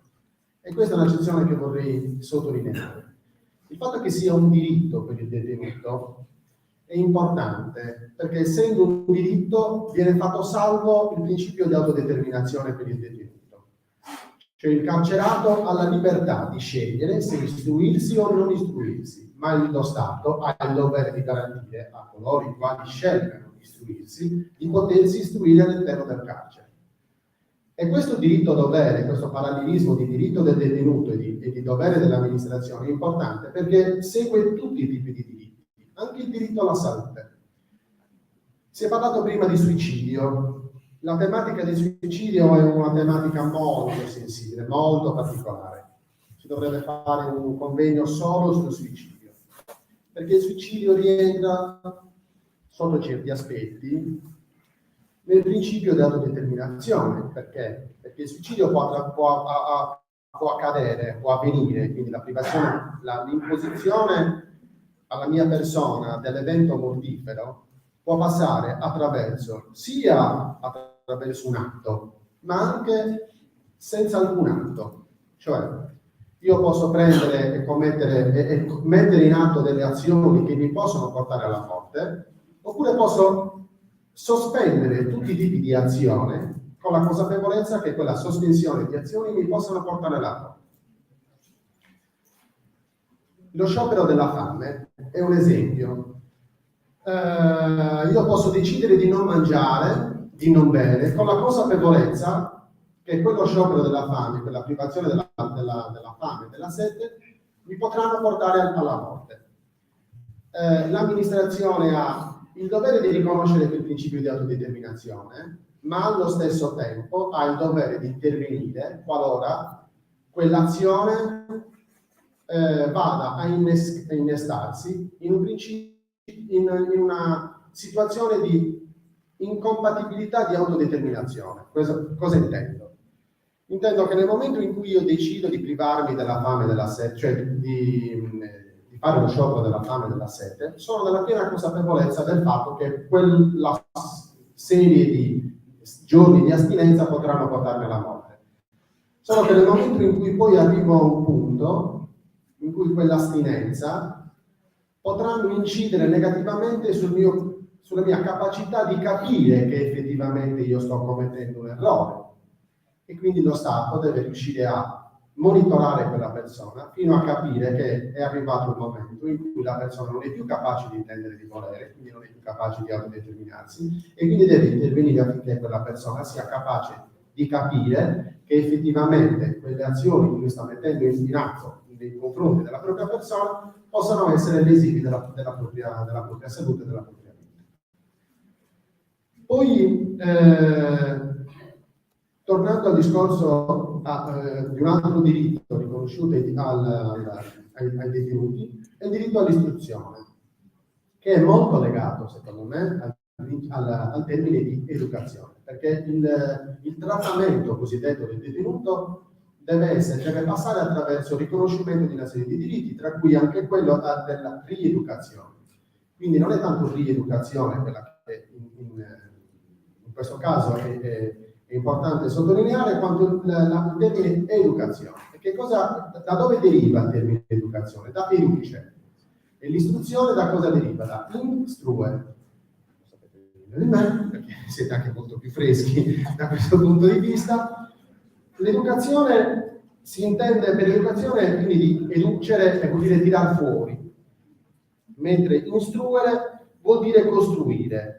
Questi termini sono importanti perché educere, cioè educare, significa che una persona ha già dentro di sé, nel momento in cui si parla di detenuti, ha già all'interno di sé un bagaglio di valori morali, di valori esistenziali, psicologici, comunque legati al proprio background familiare e sociale. E quindi educare significa tirar fuori da quella persona quelle nozioni che sono già proprie del detenuto, discutere con quella persona la validità e la bontà di quei valori, affinché poter far capire a quella persona attraverso l'istruzione, quindi costruire attraverso un processo che è appunto attraverso dei piani educativi, far capire che da quei valori non si può che arrivare a determinati risultati, ma attraverso altri valori si può arrivare a ben altri risultati, perché se uno è arrivato dentro il carcere è perché probabilmente ha utilizzato dei valori che non erano funzionali alla vita sociale. Quindi si deve costruire un nuovo bagaglio culturale, un nuovo bagaglio di valori, affinché quella persona, una volta che è uscirà dal carcere, possa essere reinserito nella società e possa essere riaccolto in società. Perché un concetto che secondo me deve essere alla base della narrazione sul carcere, nonostante i tanti proclami che alcuni politici fanno, del buttare le chiavi, eccetera, partiamo da un presupposto che sempre per quel concetto di ipocrisia iniziale, è semplice buttare le chiavi, perché sarebbe troppo semplicistico buttare le chiavi, e anche perché si sta parlando con persone, penso, quando determinate persone parlano di buttare le chiavi, io credo che si rivolgano a determinate persone che abbiano un bagaglio culturale che non sia adeguato a comprendere effettivamente il significato di quel buttare le chiavi o di chiudere le persone per tutta la vita in carcere. Anche perché in carcere si può rimanere in carcere per tutta la vita, ma in carcere rimane per tutta la vita solo una piccola parte di detenuti, perché non tutti sono ergastonari, e anche nel caso dell'ergastolo non è un carcere a vita, ma c'è una fine della pena, Perché c'è una fine della pena? Perché nel momento in cui la persona viene condannata a stare in carcere, non è perché deve essere allontanata dalla società, ma è perché la questione è che quella persona deve essere messa in un istituto affinché questa persona debba essere curata, debba essere resa consapevole che gli errori che ha commesso possono essere espiati, possono essere utilizzati come base per poter ricostruire una nuova personalità, per poter nuovamente alla fine della pena tornare nella società. Prima la dottoressa Calligaris ha parlato di diritto all'oblio. Sì, è un problema. È un problema, in questo termine, in questo senso non mi sento che condividere le parole della dottoressa Calligaris. È un problema quando le persone tornano nella società, perché quando tornano nella società hanno purtroppo sempre lo stigma, il cosiddetto stigma. Quando voi andrete avanti nel percorso di studi, coloro i quali sceglieranno di studiare sociologia o psicologia, questo termine stigma tornerà spesso nei vostri testi. Purtroppo lo stigma è la cosiddetta croce, che una persona viene segnata e quel segno gli rimarrà per tutta la vita. Ebbene, quindi quando si parla di risocializzazione, cioè di rieducazione, e con questo concludo, io non sono soltanto per la rieducazione del detenuto, io sono per la rieducazione di tutta la società, perché è inutile, sotto un certo punto di vista, rieducare soltanto il detenuto, se poi quel detenuto rientrerà in una società che comunque da un certo punto di vista è corrotto. È corrotta, cioè corrotta nel senso che non riconosce la possibilità per lui di rifarsi una vita, di poter tornare serenamente in società. Quindi bisogna rieducare, e questa è un'iniziativa che secondo me è lodevole in questo senso, poter far sì che le persone come voi, ragazzi come voi, possano apprendere una coscienza sociale e comprendere che dagli errori si può risalire la china e può essere un'occasione per poter rinascere. Situazioni del genere come la conferenza di oggi è una delle occasioni in cui poter parlare in questo senso, cioè non soltanto di detenuti ma anche di società, perché spesso capita che il detenuto nasce da una società malata, da un bagaglio valoriale che l'ha portato a commettere determinati errori, quindi la società deve far sì, e quindi anche la società come amministrazione politica, come insomma vari livelli e vari settori, abbiano consapevolezza che determinate persone hanno commesso determinati errori per un motivo, e su quel motivo che bisogna agire, non sull'individuo. Grazie.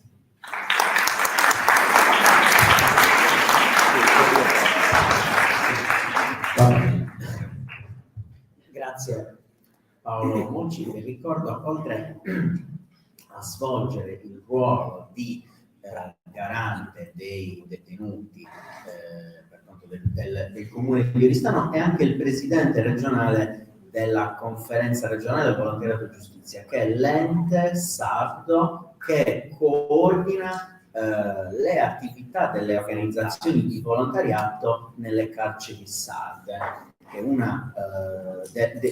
uno degli enti che volevamo proprio farvi conoscere oggi, perché la conferenza regionale del volontariato di giustizia si occupa anche di dialogare con le scuole italiane nell'iniziativa A Scuola di Libertà, e poi se ci saranno dei materiali ve li faremo avere. Ora vi presentiamo un ospite speciale, Gio Perrino. Molti di voi lo conosceranno, un artista sardo e anche un attivista per i diritti umani e un volontario nel carcere di Sassari, autore insieme a Giovanna Maria Poscani e al regista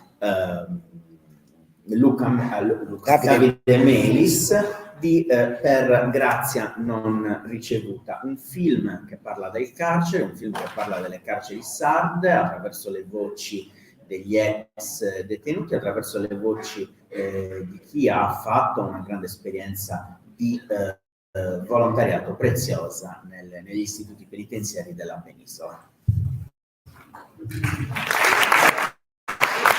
Buongiorno a tutti.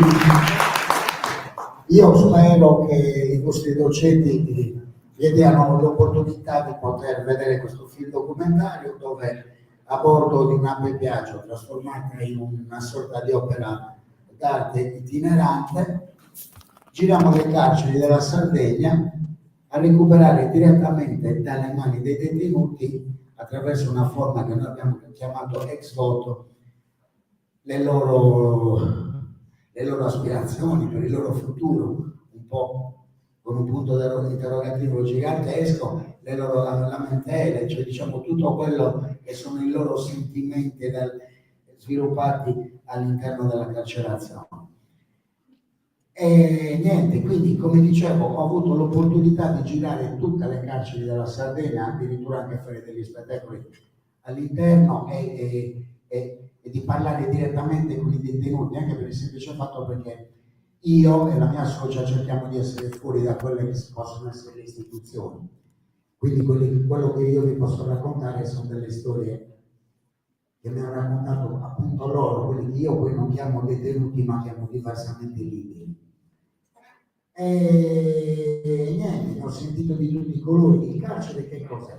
O cosa dovrebbe essere, anche se secondo me, come ormai le indicazioni della comunità europea, diciamo quasi mondiali, è quasi obsoleto, ossia cercare di creare delle forme di detenzione alternative al carcere, anche perché in carcere troviamo dei ragazzini che magari hanno spacciato 10 ghiacci con 10 grammi di marijuana in tasca, li buttano lì dentro, chiaramente entrano nella scuola del crimine e la vita è praticamente rovinata dall'inizio. Io ho decine, centinaia di anni su queste cose qui. Quindi il carcere comunque cos'è? È la privazione della tua libertà, ossia tu hai commesso un reato, devi scontare una pena che è la tua reclusione, cioè ripeto, la privazione della tua libertà e basta.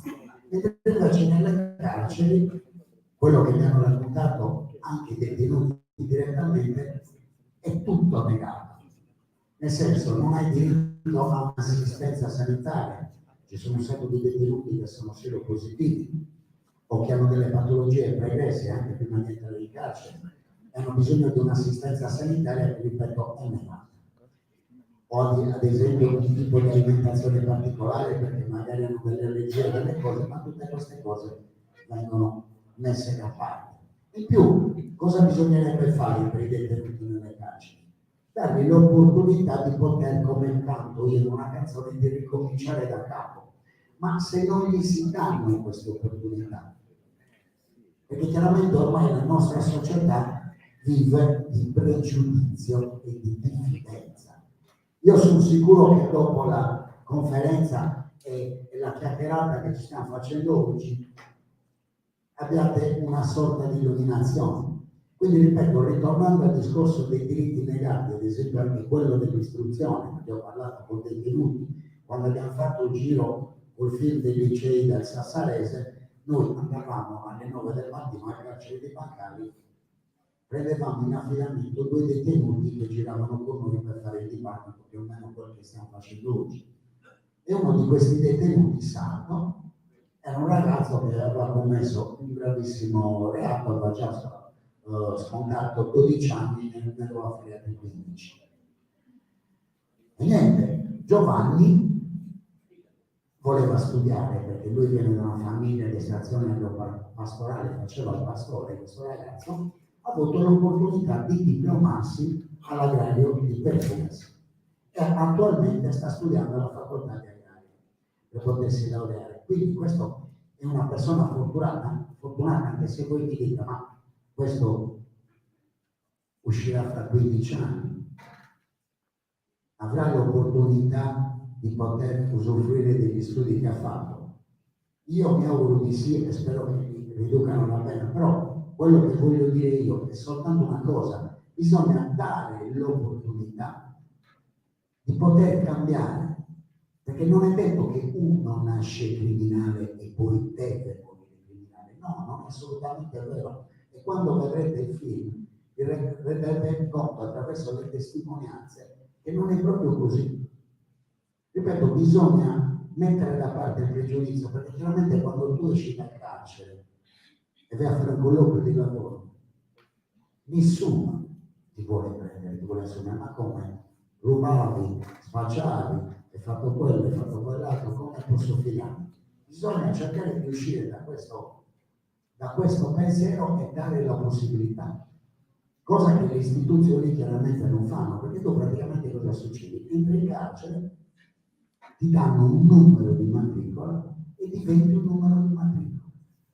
Ti si chiudono le porte alle spalle e te lo fanno sentire, spam, e tu sei dimenticato. Perché infatti dice, come diceva poco fa Paolo, questo ideale buttiamo le chiavi. Ma perché? Entrare in carcere, ragazzi, è un attimo. Può capitare a chiunque di presenti quelle massacre, a me, tutti quanti voi, di fare una fesseria, o come ha detto anche Don Calavera, cioè è un attimo. E soltanto in quel momento vi renderete conto di quanto la giustizia sia ingiustizia. Perché ripeto, tutti i tuoi diritti sono negati. Quindi quello che io cerco di fare, ma anche tutti i relatori presenti, è cercare di accendere un piccolo faro, una luce su quella che è la situazione carceraria in Italia e in Sardegna. In Sardegna è uguale nella penisola, quindi non cambia granché. Quindi una cosa che voi avete in questo momento, qual è lo strumento migliore? È la cultura, l'educazione, la scuola, è lo strumento che vi permetterà di essere migliori sicuramente anche di noi. E attraverso questo tipo di miglioria che si costruisca dentro di voi, dentro il vostro cervello, dentro la vostra testa, una sensibilità. In questa società di consumismo, cosa sono i detenuti? Il frutto di una società marcia. Quello che ci dà anche la comunicazione, i media, i giornali, le televisioni, sono una vita dove dobbiamo essere tutti bellissimi, tutti precisi, eccetera, eccetera. E quindi molte persone arrivano a commettere dei reati per poter essere all'interno di questa macchina assassina. Cioè, perché vogliamo essere tutti bellissimi, eccetera, e anche quelli che non se lo possono permettere vogliono essere così. E quindi, ripeto, il detenuto non è nient'altro che il frutto di quello che succede fuori. E una volta che lì dentro è morto. Hanno citato prima Annino Meli, l'ergastolano, e Annino Meli è uno di quelli che ha rifiutato la grazia.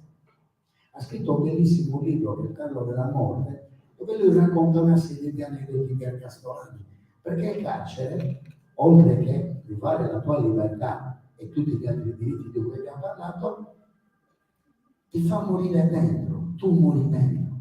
Molti ergastolani, quando hanno i permessi, non vedono l'ora di tornare in carcere, perché non riescono più a integrarsi, perché nessuno li ha aiutati a reintegrarsi. Escono, si trovano fuori, sono spesati e vogliono tornare in carcere.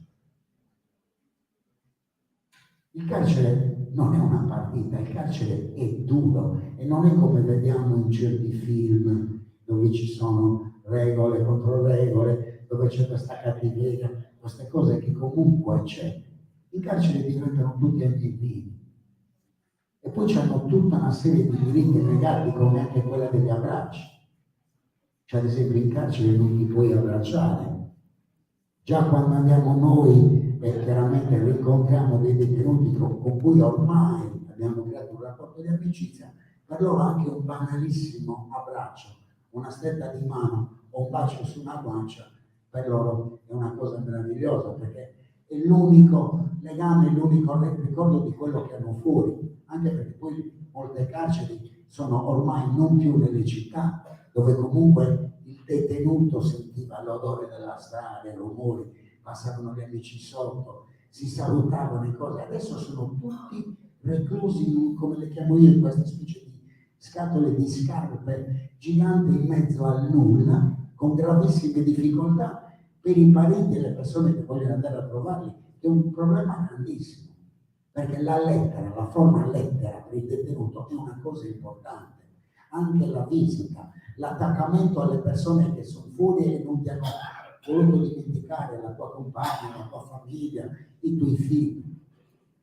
Quindi ripeto ragazzi, pensate a queste cose qua. C'è una società civile, una società con tutti i diritti costruiti in una Costituzione, bisogna mantenerli e cercare di far sì che siano mantenuti da chi ci governa. Ahimè, sapete qual è la situazione? Il nuovo ministro di Grazia e Giustizia, prima di insediarsi, prima che la Meloni lo facesse insediare, diceva no, basta, meno carceri, pene più lievi, eccetera, eccetera. Come è arrivato seduto sulla sua poltroncina, ha cambiato completamente il registro, più carceri, più pene, e quindi stiamo tornando indietro, addirittura paghiamo delle multe alla Comunità Europea perché non manteniamo, l'Italia non mantiene una serie di cose. Quindi ragazzi, cosa dirvi? Buono studio, cercate di diventare migliori anche di noi e sono sicuro che i vostri docenti si stanno facendo un mazzo tanto perché voi li ascoltate e seguite le cose, perché la cultura e l'istruzione è lo strumento per rendervi migliori e migliorare la situazione generale dello Stato, in questo caso quella delle carceri. Quindi vi auguro un buon futuro e attenzione, quando tornate a casa e vi state, come dico io sempre, lavando i denti davanti allo specchio, pensate a quello che abbiamo detto oggi. Cercate di spandere il verbo, di parlare e sensibilizzare i vostri vicini, i vostri coetanei, ma anche i vostri parenti a una maggiore sensibilità e cerchiamo di abbattere fondamentalmente quel brutto pregiudizio e diffidenza. Grazie ragazzi.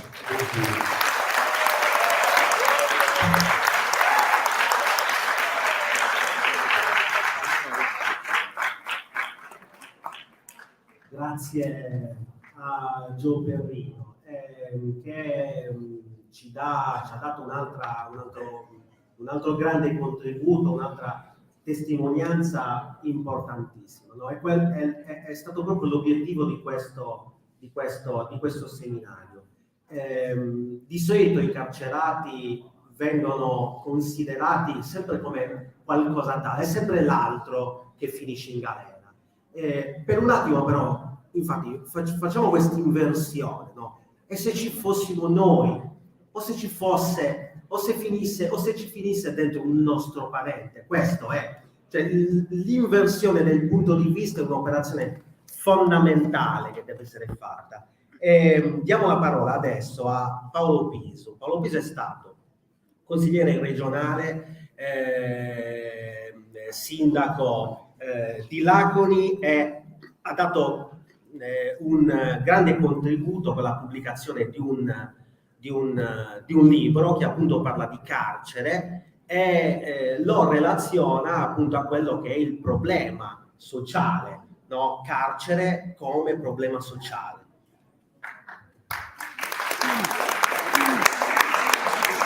Grazie. Buongiorno a tutti. Mi fa piacere essere ospite di queste scuole, di questi insegnanti e di voi ragazzi, che sicuramente siete nell'età in cui è necessario formarsi anche su queste problematiche, oltre che nel percorso di studi che state affrontando. Mi scuserete perché ho un buon raffreddore, non ho influenza, non ho il Covid, un buon raffreddore però me lo so buscare. Tant'è che mia moglie non mi ha salutato alla partenza, vuol dire che non dovevo venire. Adesso mi ha chiamato come sta. E questo per dirvi che proprio non volevo mancare a questo appuntamento, però non renderò, diciamo, quanto hanno reso i miei amici che sono intervenuti recentemente, vero onorevole Carigati? Intanto chiariamo una cosa sui politici, perché mi ha presentato come consigliere regionale emerito il professor Colla, non so se è emerito, e sì che si ha questa visione, così come si è accennato, dice i politici non sono sensibili, i politici non ascoltano, i politici si occupano più dei voti che dei problemi come questi. Insomma, si è parlato dei politici descrivendoli in negativo. Io che sono stato un allievo abbastanza attento a scienze politiche, quando mi sono laureato ricordavo ancora la prima lezione del professor Cogliolo, grande insegnante della facoltà di scienze politiche di Cagliari, il quale nella prima lezione, guardandoci come lavoratori studenti e come studenti, io ero tra gli studenti e lavoratori perché io ho fatto l'operaio panettiere fino a 30 anni, non potendo per ragioni di scarsa possibilità familiare lavorare studiare prima come avevo sempre aspirato, per cui ho fatto gli studi da lavoratore e studente. E mi ricordo che questo professore nella prima lezione dice: scusate, mi sapete dire qual è il significato antropologico, semantico del termine politica? Del termine politico? E ci fu un generale silenzio. Eravamo imbarazzati un po' tutti di non aver appreso appieno il significato di questi termini, che erano fondamentali per poi classificare le persone. Allora lui dice: sapete che il termine politico lo ha inventato l'allievo prediletto di Platone, Aristotele, e lo attribuiva all'economia della casta, cioè a quella persona, in quel caso la donna, perché c'era una divisione di genere del lavoro, lo attribuiva a colei che era responsabile dell'economia della casta, perché politica vuol dire analizzare, discutere e cercare di trovare le soluzioni ai problemi comuni.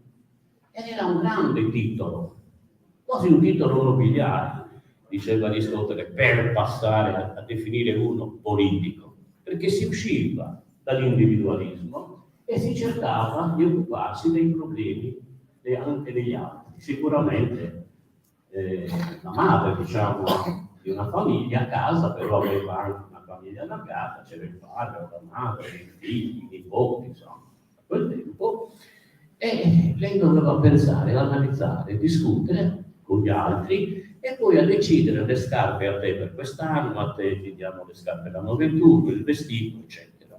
Questo concetto è stato allargato alla polis, al Peloponese, e poi alla Grecia e adesso oggi al mondo, sicché dalla politica familiare si è passati alla politica ormai globalizzata. Che politica vuol dire quello, analizzare, discutere, ripeto, e cercare di trovare le soluzioni. Chi la pratica questo? Il politico. Ma nel concetto di oggi, con tutta la corruzione che c'è stata fino a ieri al Parlamento europeo, cosa è diventato? Le persone che fanno finta di occuparsi dei problemi degli altri, però in realtà stanno facendo i propri interessi. Cosa stanno facendo? E allora lì c'è la risposta di professor Coglione. Stanno facendo politicismo. E come devono essere definiti costoro? Politicanti, dei volgari politicanti. Per cui io vorrei sentire da oggi in poi, l'avrei voluto sentire anche da ieri a oggi, ma purtroppo tutti hanno usato il termine politici, il termine generico. No? Quando c'è da dire che un politico, un cosiddetto politico, non ascolta, non si occupa dei problemi che riguardano le altre persone, soprattutto quelle che sono in sofferenza, chiamiamoli in maniera negativa, diciamogli che è un volgare politicante o un politicante, ma non può essere che definiamo tutti genericamente politici. Se io dovessi fare altri esempi tra i buoni e i cattivi, definiti genericamente maschi e femmine, voi vi arrabbierete e ci arrabbieremo tutti. Diciamo quello che sono, ci sono i termini. Quando vogliamo parlare di Pertini, diciamole che era un politico, senza aggettivare un buon politico, un buon presidente, eccetera, un politico, qualcosa di serio, che si occupava dei problemi generali. Quando vogliamo parlare invece di un altro, adesso non voglio anticipare quello che decideranno i giudici, di quello che è venuto in ultimo al Parlamento europeo o in altri casi, chiamiamoli un politicante. Sappiamo benissimo che ci sono per soggetti diversi terminologie diverse. Scusatemi questa spiegazione, ma mi sentivo un po' toccato. Io sono un politico, siete d'accordo? E anche la Maria Grazia Caligari, che è qui presente, è una brava politica. Allora, detto questo, gli interventi che ci sono stati mi mettono in una condizione terrificante, professore. Avete detto tutto, avete dato un quadro generale così esaustivo che questi giovani, come li ho visti uscire al bar, camminavano a tentoni un po' spantando la testa piena così di dati, di formule, avranno la possibilità di riflettere, di parlare, faranno la testa così ai genitori, non so, il nipotino pomeridiano è ormai tramontato per i genitori, gli daranno tante di quelle lezioni da non finire. Sicché avete già sentito le informazioni fondamentali che vi servono per una riflessione, per ulteriori approfondimenti e anche in piena autonomia farvi un'idea più compiuta o compiuta rispetto ad un tema così complesso come quello del pianeta carceri o della detenzione. Io, per sapere il mio pensiero sul tema, dunque non vi farò un'ampia illustrazione su questo perché ho prodotto questo libro che ho chiamato provocatoriamente Figli della società. A coloro che sono tenuti nel mondo della detenzione, ristretti o in comunità come quella di Donetto e Canaveri e di altri. Ed è una provocazione che quando ero sindaco per diversi lustri nel mio villaggio di Laccoli, che vi invito a visitare, perché è bellissimo, una signora che era un po' la nostra mascotte dell'Università della Terza Età, zia Masichella, il giorno che ho presentato questo libro c'era una piazza antistante il mitico Palazzo Heydrich, no? Dove c'è il più grande museo della civiltà prenuragica dell'Europa e del Mediterraneo. Una cosa bellissima, professorolla, da visitare con i suoi alunni e le sue insegnanti. Vi accompagnerà il giorno il direttore Giorgio Burru, che è anche uno degli storici medievalisti più importanti in Sardegna e anche che fa lezioni a Vitorino, no? Ecco. Perché ci ho messo figli della società? Diceva e lei mi diceva, ma o Paolo, o sì, ma gusto tutti malus. Ma se mai che gli ho detto, che gusto sono timato, dove vengono? Da dove vengono queste persone? Vengono da Marte? Da dove vengono? Vengono dalla Terra, dal nostro pianeta. E sono espressioni di essa. Che gusto sono timato? Tu volerai che questa società non è tua, ce l'hai un gruppo di società che è timato. E questi sono i figli di questa società. Di che è chiaro che dobbiamo approfondire le cause, non ci basta capire l'effetto. Nelle scienze che facciamo, vale per tutti la scienza medica, per capire se hai un dolore, il medico va a ricercarne la causa che produce quel dolore. Così sono tutte le scienze sociali, umanistiche in particolare. E noi dobbiamo esimerci dal far funzionare la nostra testa, di cercare di non capire quali sono le cause e le concause che determinano questi fatti, questo fenomeno. È evidente che abbiamo il dovere di farlo, altrimenti, come hanno ricordato alcuni, in maniera sbrigativa dicono metteteli in galera, buttate le chiavi. Oppure se io vedo una persona che offende mia sorella, istintivamente sono un pacifista, anche coordinatore della tavola salve della pace, vero? Sono un pacifista, però se vedo una cosa del genere l'aggredisco e per salvare mia sorella. Ma è una cosa istintiva, non è una cosa ragionata.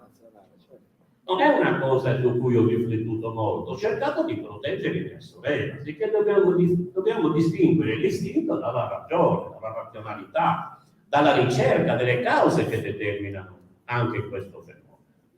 Ecco perché vi ho messo che questi sono figli della società. Questo libro è, diciamo, la presentazione di questo libro me l'ha fatta il professor Giuliano Pisapia, che sapete che è un giurista internazionale, stato anche sindaco di Milano, parlamentare per diverse legislature, l'ho conosciuto molto bene, ho pensato di farlo da lui. La prefazione l'ha fatta un Ettore Canavera, che non vedo, e poi all'interno ci sono delle interviste, tantissimo, di tutti coloro che nel pianeta Scaricato. non fa niente. Aspetta, sostituiamo. Chi stiano su Mattessi senza il microfono. E allora vi stavo dicendo che in questo libro, oltre ad esserci un excursus su tutta la storia del mondo della detenzione a livello più generale, italiano, europeo, eccetera, nella prima parte, con un particolare riferimento alla Sardegna, troverete poi nella seconda parte del libro, è un modo con cui io faccio sempre i libri, cioè parlo io, descrivo le storie, dico la mia e così via, però nella seconda parte dei miei libri faccio sempre delle interviste e queste interviste servono a far dire alle varie persone intervistate qual è il loro pensiero, cosa ne pensano, per cui diventa già una dialettica interna al libro, che poi si riproduce quando viene letto anche nella dialettica più generale dei lettori, che hanno non solo la mia interpretazione come dato, ma hanno anche, per esempio, l'interpretazione, ciò che pensa l'onorevole Caligari, ciò che pensa Roberto Loddo, ciò che pensa Canavera e così via.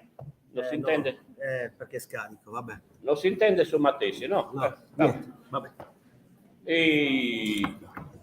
Spiega che non è questa mia microfonata, dai. Allora,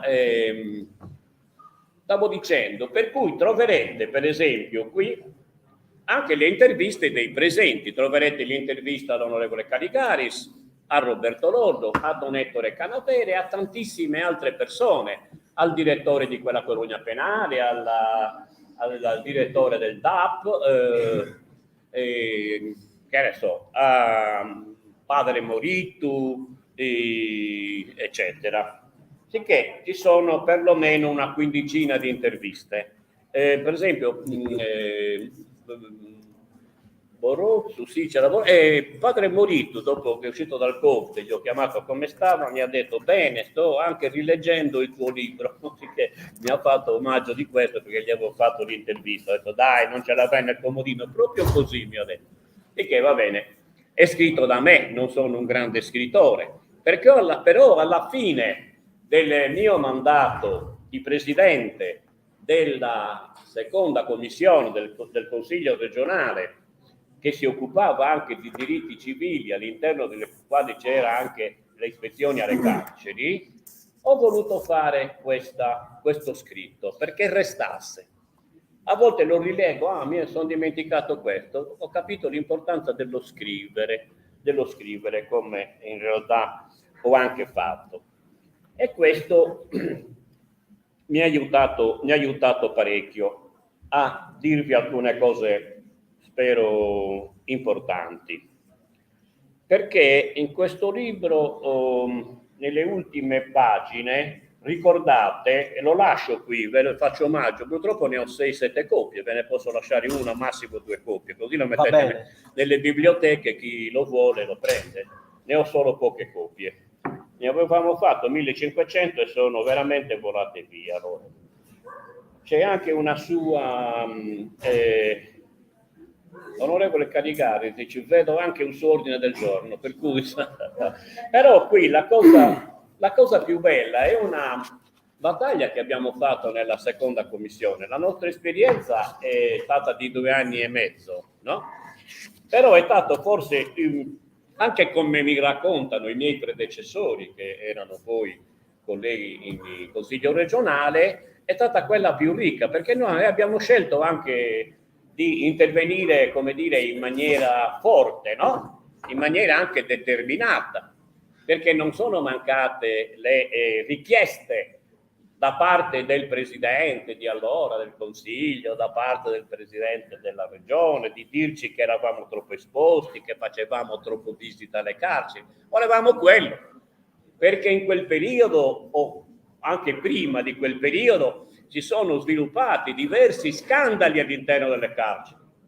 Vi ricordate quello di Sassari? Noi siamo andati per primi lì e avevano pestato delle persone, ma non erano maldicenze, sono sentenze ormai andate in giudicato. È chiaro questo, sicché avevamo i dati che la situazione era quella. Poi c'erano le carceri sempre ottocentesche e noi ci siamo battuti perché per non vedere scene penose che abbiamo visto. Quando siamo entrati nelle carceri e abbiamo letto prima le leggi italiane, le convenzioni italiane, e abbiamo visto che c'era una stanza così, guardate, così, un quadrato così, con un angolo per la cottura, in mezzo una turca, in mezzo c'era una turca con un nylon semitrasparente per 8 persone, dove c'erano ragazzi di 25 anni e persone di 70 anni, bianchi e neri. Ma vi rendete conto in che condizioni si viveva? Con le bocche di lupo che hanno portato a una distorsione psichica alle persone. Perché quando tu vedi solo il cielo, come ci è dimostrato da parte di grandi studiosi delle università americane, vedi solo il cielo e non vedi una pianta o una persona, perdi anche di vista la distanza. Lo abbiamo verificato. Quando davamo la mano a un detenuto, sai cosa faceva questo detenuto? Dammi la mano. Faceva così. Cioè aveva perso il senso della distanza, era già entrato in un disturbo psichico, proprio perdendo alcune cognizioni. Ma scusate un attimo, quello ha commesso un reato, ha ammesso che lo vedi in carcere, gli fai scontare una pena e poi gli crei un disturbo psichico e poi non ha una sanità che lo assista? Sapete queste cosa si chiamano? Si chiamano pene suppletive, pene che il giudice non gli ha dato, sicché questo è un abuso che si fa in carcere, da parte dello Stato, da parte di chi è responsabile delle carceri, eccetera. Tu hai inflitto a quella persona una pena suppletiva e tu non ne hai il potere di farlo, perché le pene le ha stabilite il tribunale. Vi è chiaro questo? Pene suppletive, come diceva Don Canavera, pene suppletive è la non sessualità, pena suppletiva è, diciamo, la non possibilità di avere rapporti sentimentali, queste cose.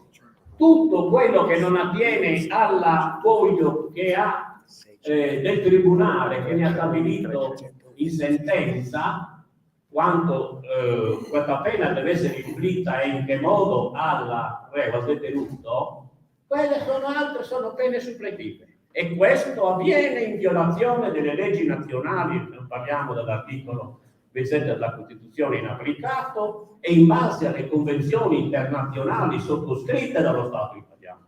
Una vera vergogna, siamo richiamati tutti gli anni di fronte ai governi di centro-sinistra e centro-destra, non cambiano. Questo non vuol dire che all'interno di quelle forze politiche non ci siano persone, credo come noi, che hanno spesso fatto queste battaglie, a volte anche gridato nel deserto inascoltato. Però siamo riusciti a sollevare il problema. Non siamo riusciti a fare le carceri forse dove volevamo noi, ma siamo riusciti a far chiudere quelle vecchie, che erano veramente non carceri, dei lager. Erano dei veri e propri lager, quelli che c'erano prima. E abbiamo interloquito con una persona, io credo un signore, no? Maria Grazia. Il vice ministro Manconi. Il vice ministro Manconi, credo sia il marito della Berlinguer, no? Ecco, abbiamo interloquito con una persona seria, forse qualche sorriso in meno degli altri, qualche battuta di meno degli altri, però veramente quante volte abbiamo interloquito, quante telefonate ci siamo fatti con lui, eccetera, per aiutarci a che cosa? Per aiutarci a firmare, dopo 3 legislature prima di noi andata a buca, il protocollo d'intesa tra la Regione Autonoma della Sardegna e il Ministero di Grazia e Giustizia. Lo trovate qui a pagina eccetera, in ultima pagina, è sottoscritto dal sottosegretario Vitali e dal presidente della Regione Sodi. Ecco qua. E questo è il protocollo d'intesa che noi abbiamo ottenuto, un risultato politico fondamentale, frutto della nostra battaglia, e che non è neanche applicato. Perché questo parte dalla cosa più grave, quando noi andavamo in giro per le carceri e parlavamo con i detenuti e poi ci facevano le telefonate, mi facevano le telefonate, credo anche agli altri, le mamme dei detenuti, Vildomeu ebbe in Campania, Vildomeu ebbe in Friuli, e queste donne, specialmente le mamme, le zie, le sorelle che mi chiamavano e mi dicevano: ma non fai da che riportare in Sardegna, no? Di riportare queste persone in Sardegna, io non amo a scarcerarli, ma dico almeno di portarli qui, altrimenti io come posso andare a 85 anni a vedere mio figlio per l'ultima volta, mi dicevano. E sì che il primo punto di questo, dopo il preambolo, noterete qui, l'ho voluto pubblicare, riguarda la territorialità della pena. Detenuto sardo, detenuto in Sardegna, almeno una madre può andare a vedere il figlio, una sorella anziana a vedere il fratello, il figlio. E poi ci sono altre cose fondamentali che riguardano le delizie penitenziarie, la tutela, la sanità in carcere. Lo sapete, io sono un cardiopatico. Quando mi sono preso l'infarto nell'ufficio del sindaco, io molto intelligente, lavorando di sabato il 2 di dicembre alle 10 di notte, no? Perché il lunedì doveva essere tutto a posto, no? Nella mia pianificazione lavorista, i viso si riposano lavorando, le teorie no, del Trumpismo. E allora, che cosa è successo? Che io sono uscito subito dal mio ufficio, da sindaco, in piazza, la persona mi ha accompagnato a casa, il 118, e sono partito a Isole e poi a Abruzzo, no? E sono vivo perché, rapidamente, abbiamo visto casi, cronometrato casi di detenuti che hanno avuto il mio stesso problema, cioè senza operazione all'aperto, solo con uno stent per un soffocamento della volontà che porta il sangue al cuore, mio stesso problema, morti, perché ci volevano 8 volte il tempo di andare in ospedale rispetto a come sono andato io, per tutti i passaggi burocratici che c'erano e perché non c'era dentro neanche lo strumento, il defibrillatore. Avete capito? Cioè tu in realtà per i tuoi sistemi burocratici, per non avere la sanità all'interno delle carceri, quante battaglie abbiamo fatto, tu hai condannato a morte una persona, non l'ha condannato il giudice, l'ha condannato il sistema carcerario. È chiaro questo? Oh. E allora questo l'abbiamo messo qui, così come abbiamo messo altre cose. Con 5 minuti ho? Altri 5, 10? In realtà ho superato. Sì. Allora, vado a concludere, è sempre quello che precede i 5 minuti.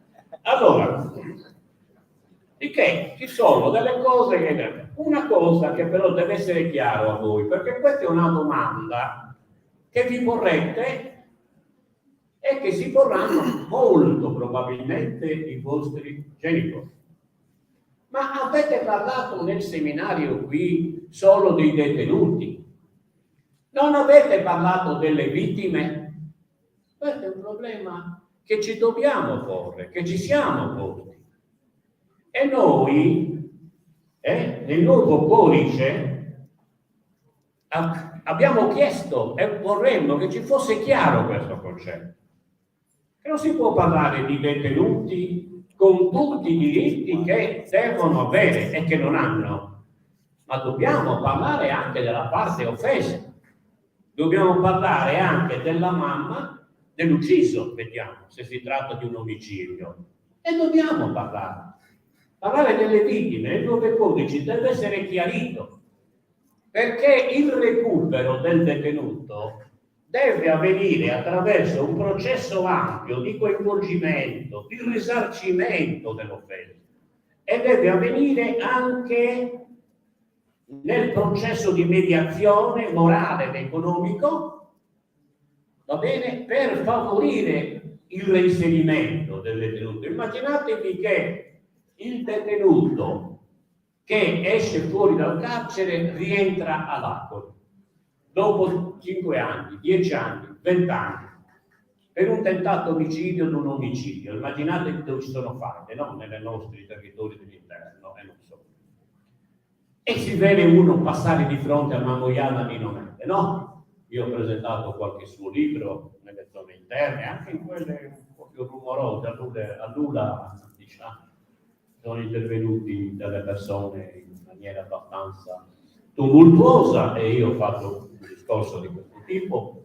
Sono placati gli anni, anche c'era un sindaco molto bravo a Belvie e in altri posti. E dobbiamo parlare di questo, perché ci deve essere un coinvolgimento a un livello ampio. A volte la voglia di vendetta della parte offesa, della mamma che si è vista ammazzare il figlio, non è che all'inizio sia una cosa semplice. Però noi abbiamo visto a livello più alto, anche nei delitti dei terroristi, l'avete visto? Avete visto la figlia di Aldo Moro con la figlia di Moretti, il capo dell'ala militare delle BR? Abbiamo visto. Abbiamo visto la vedova Pinetti con la vedova di Calabresi, faccio esempi concreti. Certo, si trattava di persone di una elevatura culturale, ma quanti anni ci sono voluti? Di che voglio dire, noi in maniera seria dobbiamo difendere all'oltranza tutti i diritti dei detenuti, ma dobbiamo anche tener conto delle parti offese e coinvolgerle nel processo riabilitativo e di reinserimento sociale, che a volte succede nello stesso ambiente, e ci deve essere una pacificazione, in modo che, come dire, si mette una pietra sopra, non si dimentica, però si supera quel momento. Questo è un passaggio delicato, non molto semplice, che richiede tempo e richiede un processo di qualificazione molto importante. Vi do 2 dati, veramente finisco. Guardate che a volte noi diciamo i delinquenti devono essere messi in galera. E va bene. Però poi andiamo a sfogliare i dati che ci danno le forze dell'ordine e ci dicono a livello nazionale: i delinquenti in carcere, si dice, sono lì, e così la società è tranquilla, una cosa tranquilla. Su 20 reati, dicono carabinieri, polizia e tutti, su 20 reati ne vengono scoperti quanti? 1. Su 20 reati ne vengono scoperti 1. Per cui noi quando parliamo di quelli che vengono scoperti, su quell'uno poi quanto veramente è grave quel reato? Su quello c'è un indizio di reato, ma poi questo reato c'è stato veramente, perché poi c'è anche il 40% di innocenti, o comunque che vengono assolti. Sicché stiamo parlando di una piccola parte. I delinquenti, se dobbiamo definirli così, 19 su 10 sono fuori, che hanno commesso reati, o comunque persone che hanno commesso reati. Delinquenti, mi sembra. Però questo è il punto.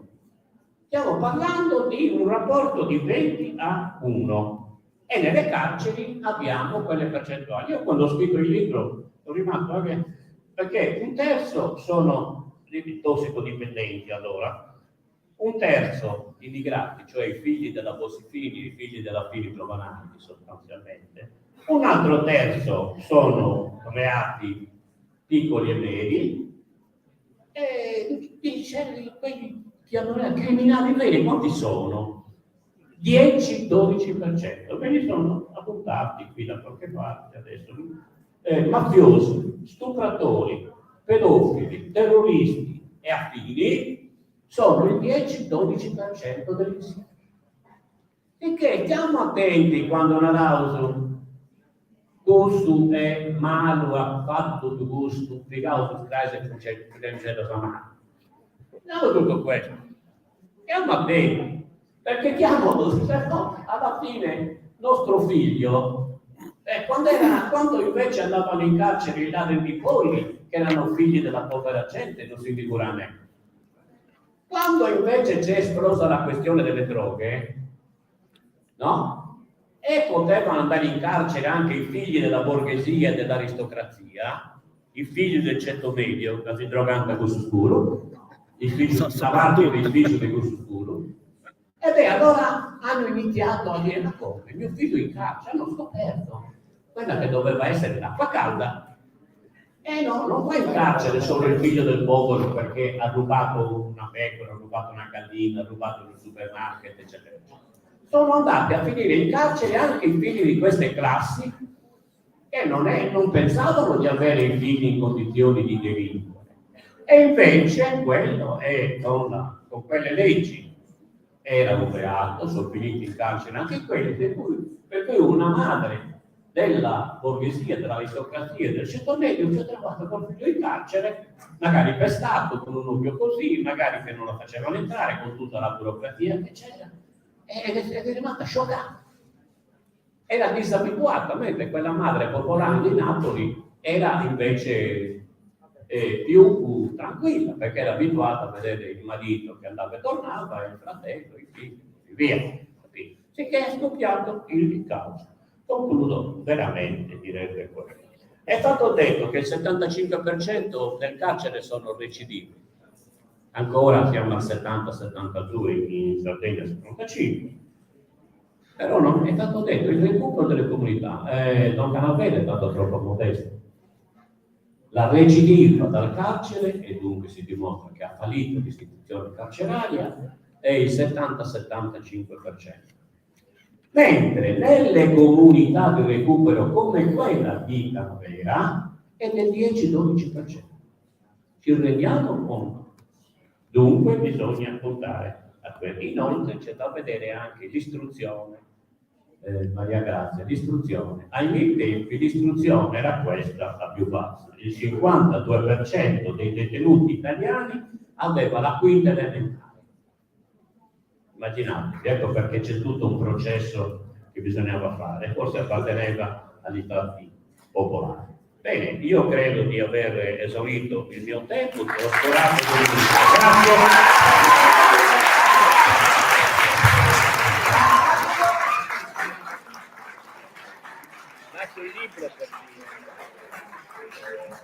Bene, a questo punto io lascerei lo spazio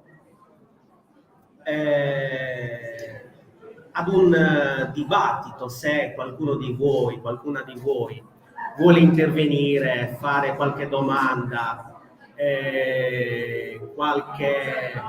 per ottenere qualche chiarimento ai nostri relatori, prego.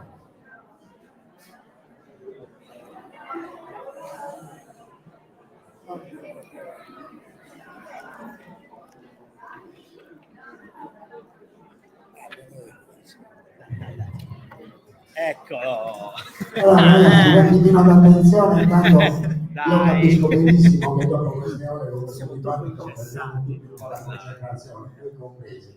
Però ci farebbe piacere sinceramente a tutti quanti sentire le vostre voci, se avete qualche curiosità, delle proposte da fare.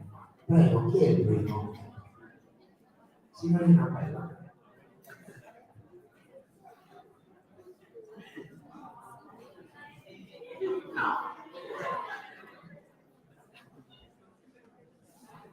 Prego, prego. Allora, è stato nominato l'ergastolo questa misura. La classe si è chiesta come mai se in Italia effettivamente non esiste, anche se così l'ergastolo semplicemente viene definito, però in Italia non esiste la pena a vita, come mai talvolta si accumulino, anche arrivando a un quantitativo di anni che comunque realmente non potrà essere vissuto ed eventualmente comunque un opinione sull'ergastolo. Maria Grazia.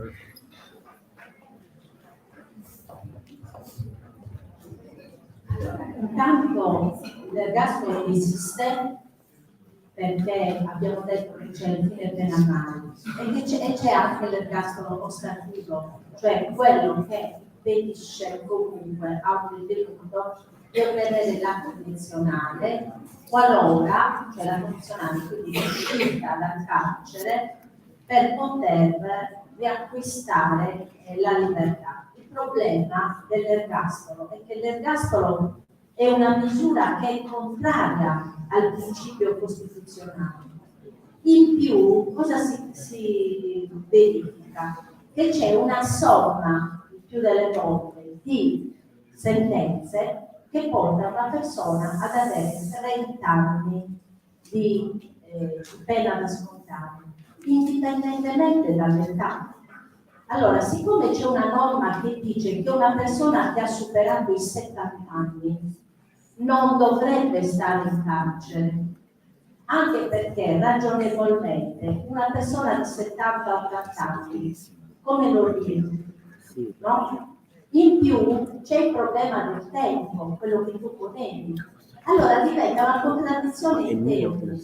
Ecco perché sarebbe una soluzione positiva il fatto di garantire a queste persone, se devono scontare una pena, di essere privati della libertà, se lo si ritiene essenziale, però in una struttura alternativa, che può essere una residenza sanitaria, che può essere una comunità terapeutica, perché il problema, ne parlavamo prima fuori con un'altra ragazza, cioè il problema non è il tempo che si trascorre in carcere, no? È la qualità di quel tempo. Se il tempo che uno trascorre in carcere lo passa steso su un letto a guardare il soffitto, imbottito di psicofarmaci, perché ha problematiche di carattere psichico o è un tossicodipendente, oppure semplicemente è un arteriosclerotico perché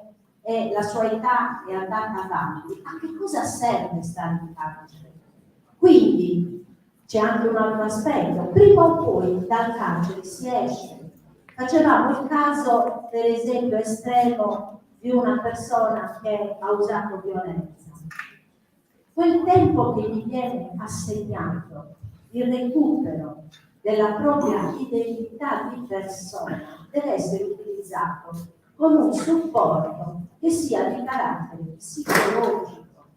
Cioè dovremmo avere un numero di educatori, di psicologi, cioè di persone preparate che affiancano il detenuto. Ci sono dei progetti che vengono fatti attualmente in carcere per esempio per i pedofili o per chi ha usato violenza nei confronti di un'altra persona, ma sono rari. Cioè il problema è che la nostra società oggi ha a che fare con un tipo di detenzione che è estremamente diversa da quella di prima. Prima parlavamo delle colonie penali. Delle colonie penali la maggior parte sono extracomunitari. Non ci sono più i nostri pastori, per dire. Quindi che cosa succede? Che anche la possibilità di utilizzare le colonie penali da persone che conoscono il mestiere diventa impossibile. Quindi questi giovani extracomunitari vengono avviati a fare dei corsi per diventare apicoltori, per diventare porcari, per poter diciamo così, lavorare, che so, il sughero. Noi sappiamo che a Onanì, a Mamone per esempio, ogni 9 anni si taglia il sughero, c'è una sugheretta, cioè bisogna conoscerlo il mestiere. Per poterlo conoscere li devi formare, dopo che li hai formati se ne vanno perché hanno finito di scontare la pena. Allora bisogna trovare altri strumenti per far lavorare, impegnare e far recuperare il tempo. La maggior parte del tempo è buttato via in carcere, perché il tempo si ferma, perché poi, lo abbiamo sottolineato prima, ma c'è un altro aspetto molto importante. Non appena si chiude la porta del carcere, cioè il cancello, scatta un meccanismo che è un meccanismo gravissimo che riguarda la psiche umana. Perdere la libertà, forse ve ne siete un po' resi conto quando abbiamo avuto il lockdown, quando non potevate più uscire, quando eravate obbligati a non incontrare gli amici, quando avevate delle limitazioni che erano relative. Ecco, immaginate di stare chiusi in una stanza con un estraneo però, cioè con 2 o 3 persone che condividono con voi uno spazio minimo, non le conoscete. Lo sapete cosa vuol dire stare all'interno di uno spazio ristretto, con estranei, essere catapultato dentro una realtà che dice sì, ma ha commesso un reato? Ho capito che non è un reato, ma non recuperiamo una persona che viene presa, buttata dentro una cella e poi prima che intervenga l'educatore, prima che intervenga lo psicologo, prima che intervenga un'equipe che se ne deve far carico, passi tanto tempo. La possiamo accettare una condizione di questo genere? O la questione di buttare la chiave? Io lo so che dentro di noi questa idea della giustizia, soprattutto alla vostra età, è molto forte, perché vedete il bianco e il nero. Quello ha commesso un reato, deve pagare, eccetera. Però fate riferimento a tutta la realtà. Per esempio, se noi potessimo impiegare più giovani laureati dentro le carceri o fuori dalle carceri a sostegno di chi esce, abbiamo tutta una serie di prerogative che sono previste nell'ordinamento penitenziario, come i consigli di aiuto. I consigli di aiuto servono anche alle vittime di reato, ma non sono mai stati attivati. Non sono mai stati attivati i consigli di aiuto, cioè che sarebbero quegli strumenti, quelle equipe che lavorano dentro e fuori per fare reintegrare la persona. Allora, il tempo ha un valore, ce l'ha per voi che state studiando, che state conoscendo attraverso gli studi il mondo che vi aspetta, ma ce l'ha anche per chi ha perso la libertà e quel tempo non va sprecato, va usato per migliorare. Se non riusciamo a fare questo, è ovvio che il carcere sarà sempre una misura, un luogo, una opportunità andata a male, che tra l'altro costa a tutta la società. C'è anche un altro problema, e chiudo, che è quello degli operatori. Pensiamo agli agenti penitenziari, pensiamo a chi lavora dentro il carcere. Sono persone che anche loro hanno bisogno di un supporto, perché oggi se io devo fare l'agente di polizia penitenziaria con un paziente psichiatrico, non posso, non fa parte della mia costruzione, della mia formazione, della mia cultura. Quindi ho bisogno anch'io di un sostegno, così come mi hanno necessità, tutti quelli che operano all'interno. Non è un ambiente facile, non è un luogo dove si sta allegri mattina e sera, però ci sono strumenti e quindi questi strumenti, soprattutto con i giovani, abbiamo tanti giovani laureati che potrebbero essere impiegati in attività di supporto, eccetera. Perché funzionano le comunità allora? Perché funzionano le comunità? Funzionano perché c'è il lavoro dietro, perché il detenuto è seguito, chi ha perso la libertà non è abbandonato a se stesso, ma se uno resta ergastolo o no, se uno resta sul letto, guardare il cielo, che il suo cielo è una parete, io credo che non possa crescere e non possa crescere.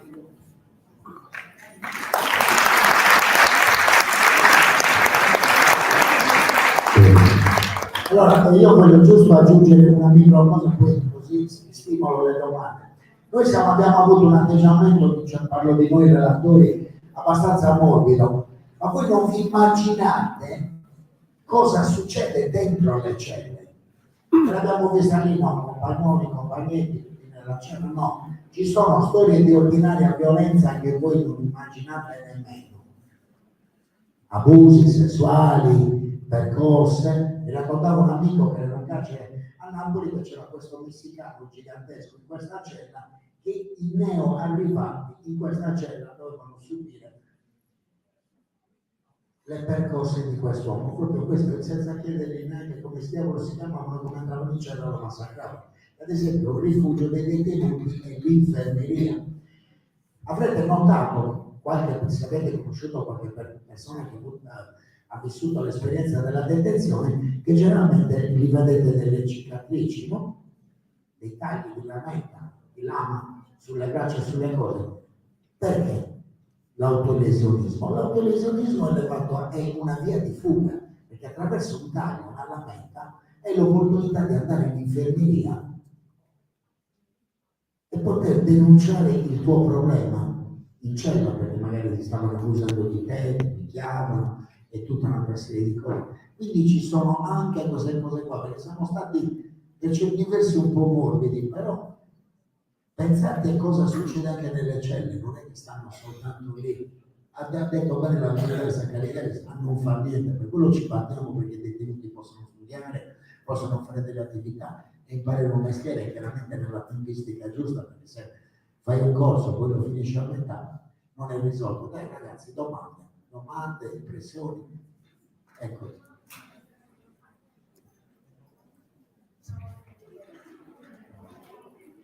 Non voglio sembrare cattivo dicendo questo, però magari non è la possibilità che proprio la gente che vuole questo per i detenuti, cioè nel senso è sbagliato, però non è che magari proprio il carcere è così perché la gente vuole così, cioè quando uno stupratore stupra qualcuno magari crea traumi, no? Famiglie, eccetera.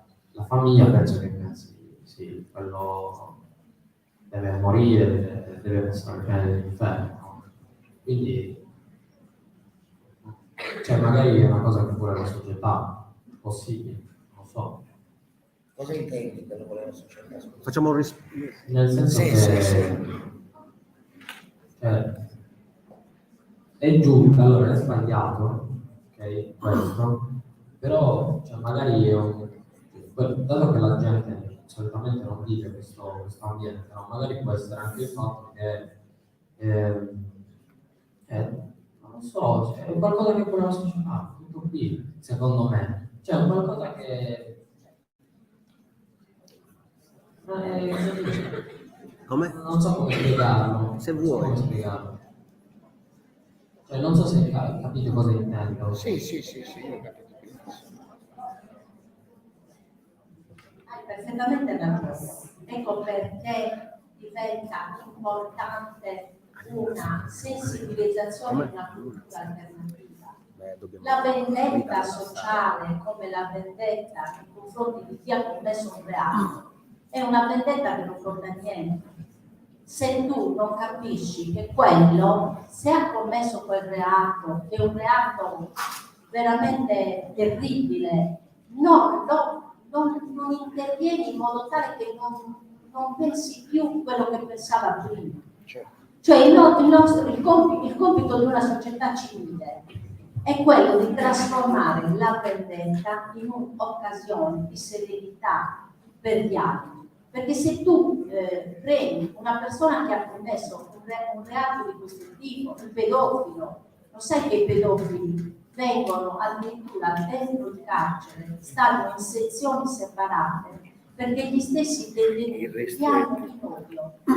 Tanto questo è vero che recentemente un detenuto venuto da fuori che aveva commesso un reato di pedofilia è stato proprio picchiato, massacrato e nessuno lo ha difeso. Cioè, questo per dirti il livello a cui si arriva. Però non può essere che lo Stato risponde a un problema con la vendetta. Perché allora torniamo al discorso occhio per occhio, dente per dente. È ovvio che la famiglia infatti va aiutata, va sostenuta, va supportata con interventi specifici proprio perché deve superare il trauma. Figurati la persona che ha subito la violenza, cioè quella la devi accompagnare in pratica per tutta la vita. Perché noi abbiamo casi di donne che sono state violentate che non superano il trauma, non riescono più ad avere una relazione affettiva con un uomo o viceversa, se un uomo nei confronti di un'altra persona. Quindi abbiamo questi problemi che sono problemi reali, perché la nostra società è complessa, non è semplice. No, non vorrei togliere spazio agli altri. Il problema è sempre lo stesso. Cioè la società deve cambiare, deve modificare il suo rapporto con la detenzione. La detenzione, se deve esserci, deve avvenire per persone tanto in grado di essere recuperate. Se non basta un intervento, se ne fa un altro, bisogna studiare. È un po' quello che succede a scuola, no? Ciascuno di voi ha un approccio personale allo studio, giusto? E ciascuno di voi ha delle preferenze oppure dell'idiosincrasia, cioè questa materia non mi piace, ma qual è il compito dell'insegnante? Quello di fare in modo, intanto, di farti amare la sua materia e poi di trovare per te magari quella modalità di approccio alla disciplina che ti rende protagonista, altrimenti tu sarai tutto l'anno passivo, oppure userai che cosa? L'atteggiamento del dire per tenermela buona faccio finta che sia così e poi in realtà per la materia non ti piace proprio. Ok?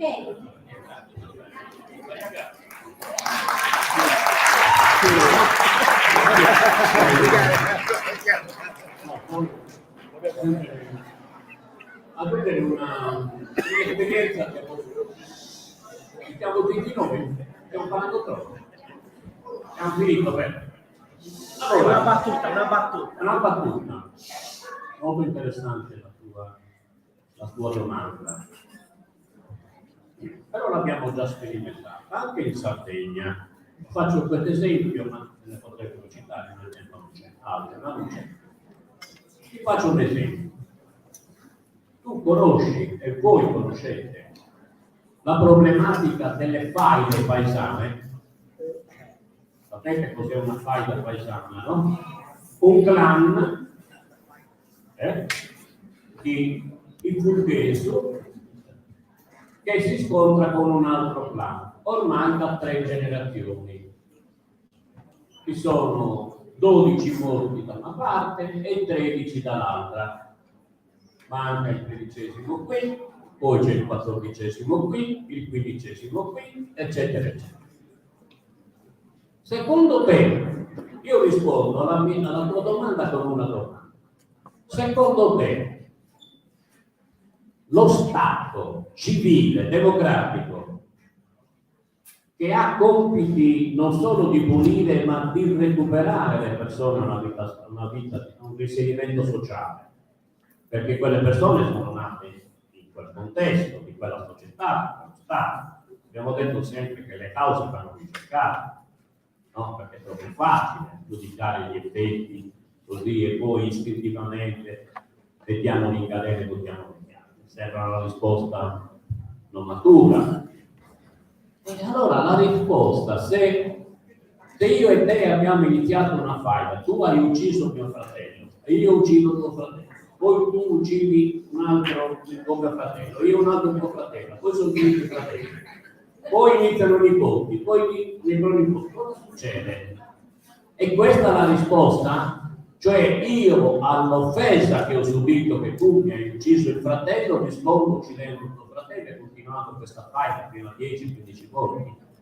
L'abbiamo visto anche in quelle favole, con quell'odio, con quel numero terrificante di morti, a volte prima torturati di essere uccisi, e le forme che sappiamo e non diciamo. E anche in quel momento ci sono stati degli incontri, magari promossi dal vescovo di Nuoro, come abbiamo visto, nella parte di Monoragune e in quella di Olgodulo, eccetera. Hanno riunito i capi dei diversi clan e li hanno portati a un ruolo di pacificazione, dicendo, al di là che siano 10 morti qua e 12 morti qua, mettiamo una pietra sopra e chiudiamola qui. Come ho detto prima, non si può dimenticare, ma si può cercare di superare. È stato fatto, è stato sperimentato anche in Sardegna. E poi io, parlando delle vittime, ho detto che ci deve essere un giusto equilibrio tra la parte offesa e le vittime. E nel recupero del reo, del detenuto, ci deve essere un ruolo anche della vittima, dei parenti della vittima, della mamma che deve perdonare, che deve contribuire a pacificare e dire basta, mio figlio non ritorna, tuo figlio è stato questo, adesso parliamo d'altro. E poi finisco dicendo questo. Ma quando noi abbiamo, non dico un ragazzino di 14, 15, 16 anni, un ragazzo di 15, 16 anni, che compie un efferato delitto, ma lo mettiamo in carcere, ma noi siamo certi che dopo 5 anni di un lavoro nella comunità di Don Canapè, dopo 10 anni, dopo 15 anni, ma quella persona che ormai ha raggiunto i 25 anni, 30 anni, ed è seguito da 5, 10, 15 anni, ma quella persona è sempre la stessa o è diventata un'altra persona? Vi rendete conto? Si presume, non sappiamo quanto dura il recupero, perché è una cosa soggettiva, bene? Non è oggettiva, è soggettiva. Ma se una persona viene recuperata in 5, in 10, 15, 20 anni e diventa un'altra persona, che piange tutte le notti, Canavera ne potrebbe raccontare io, tutte le notti per quello che ha commesso 20 anni o 30 anni prima, non riesce a darsi pace, e quella è un'altra persona. Come fai a dare allo stesso individuo, ma che ormai è diventata un'altra persona, la detenzione e l'odio, il castigo e la vendetta di quando è avvenuto il delitto? È evidente che non è così. Ecco perché scrivere fine pena mai è improprio, non solo anticostituzionale, ma anche illogico, perché se ci fosse veramente l'applicazione della secondo comma della Costituzione, dell'articolo della Costituzione, che dice che la persona deve essere trattata con umanità secondo le regole che ci siamo dati e deve essere portata al reinserimento sociale nei tempi che variano da soggetto a soggetto. E comunque lo Stato non può rispondere in maniera vindicativa di fronte a un reato. Tu hai ucciso una persona e lo Stato risponde uccidendo te. Allora lo Stato è un soggetto, diciamo, criminogeno, no, voglio dire, è un assassino lo stesso, chiaro? Vediamo il caso dell'Iran, oggi no, e mi sembra che sia anche quello un punto di riferimento.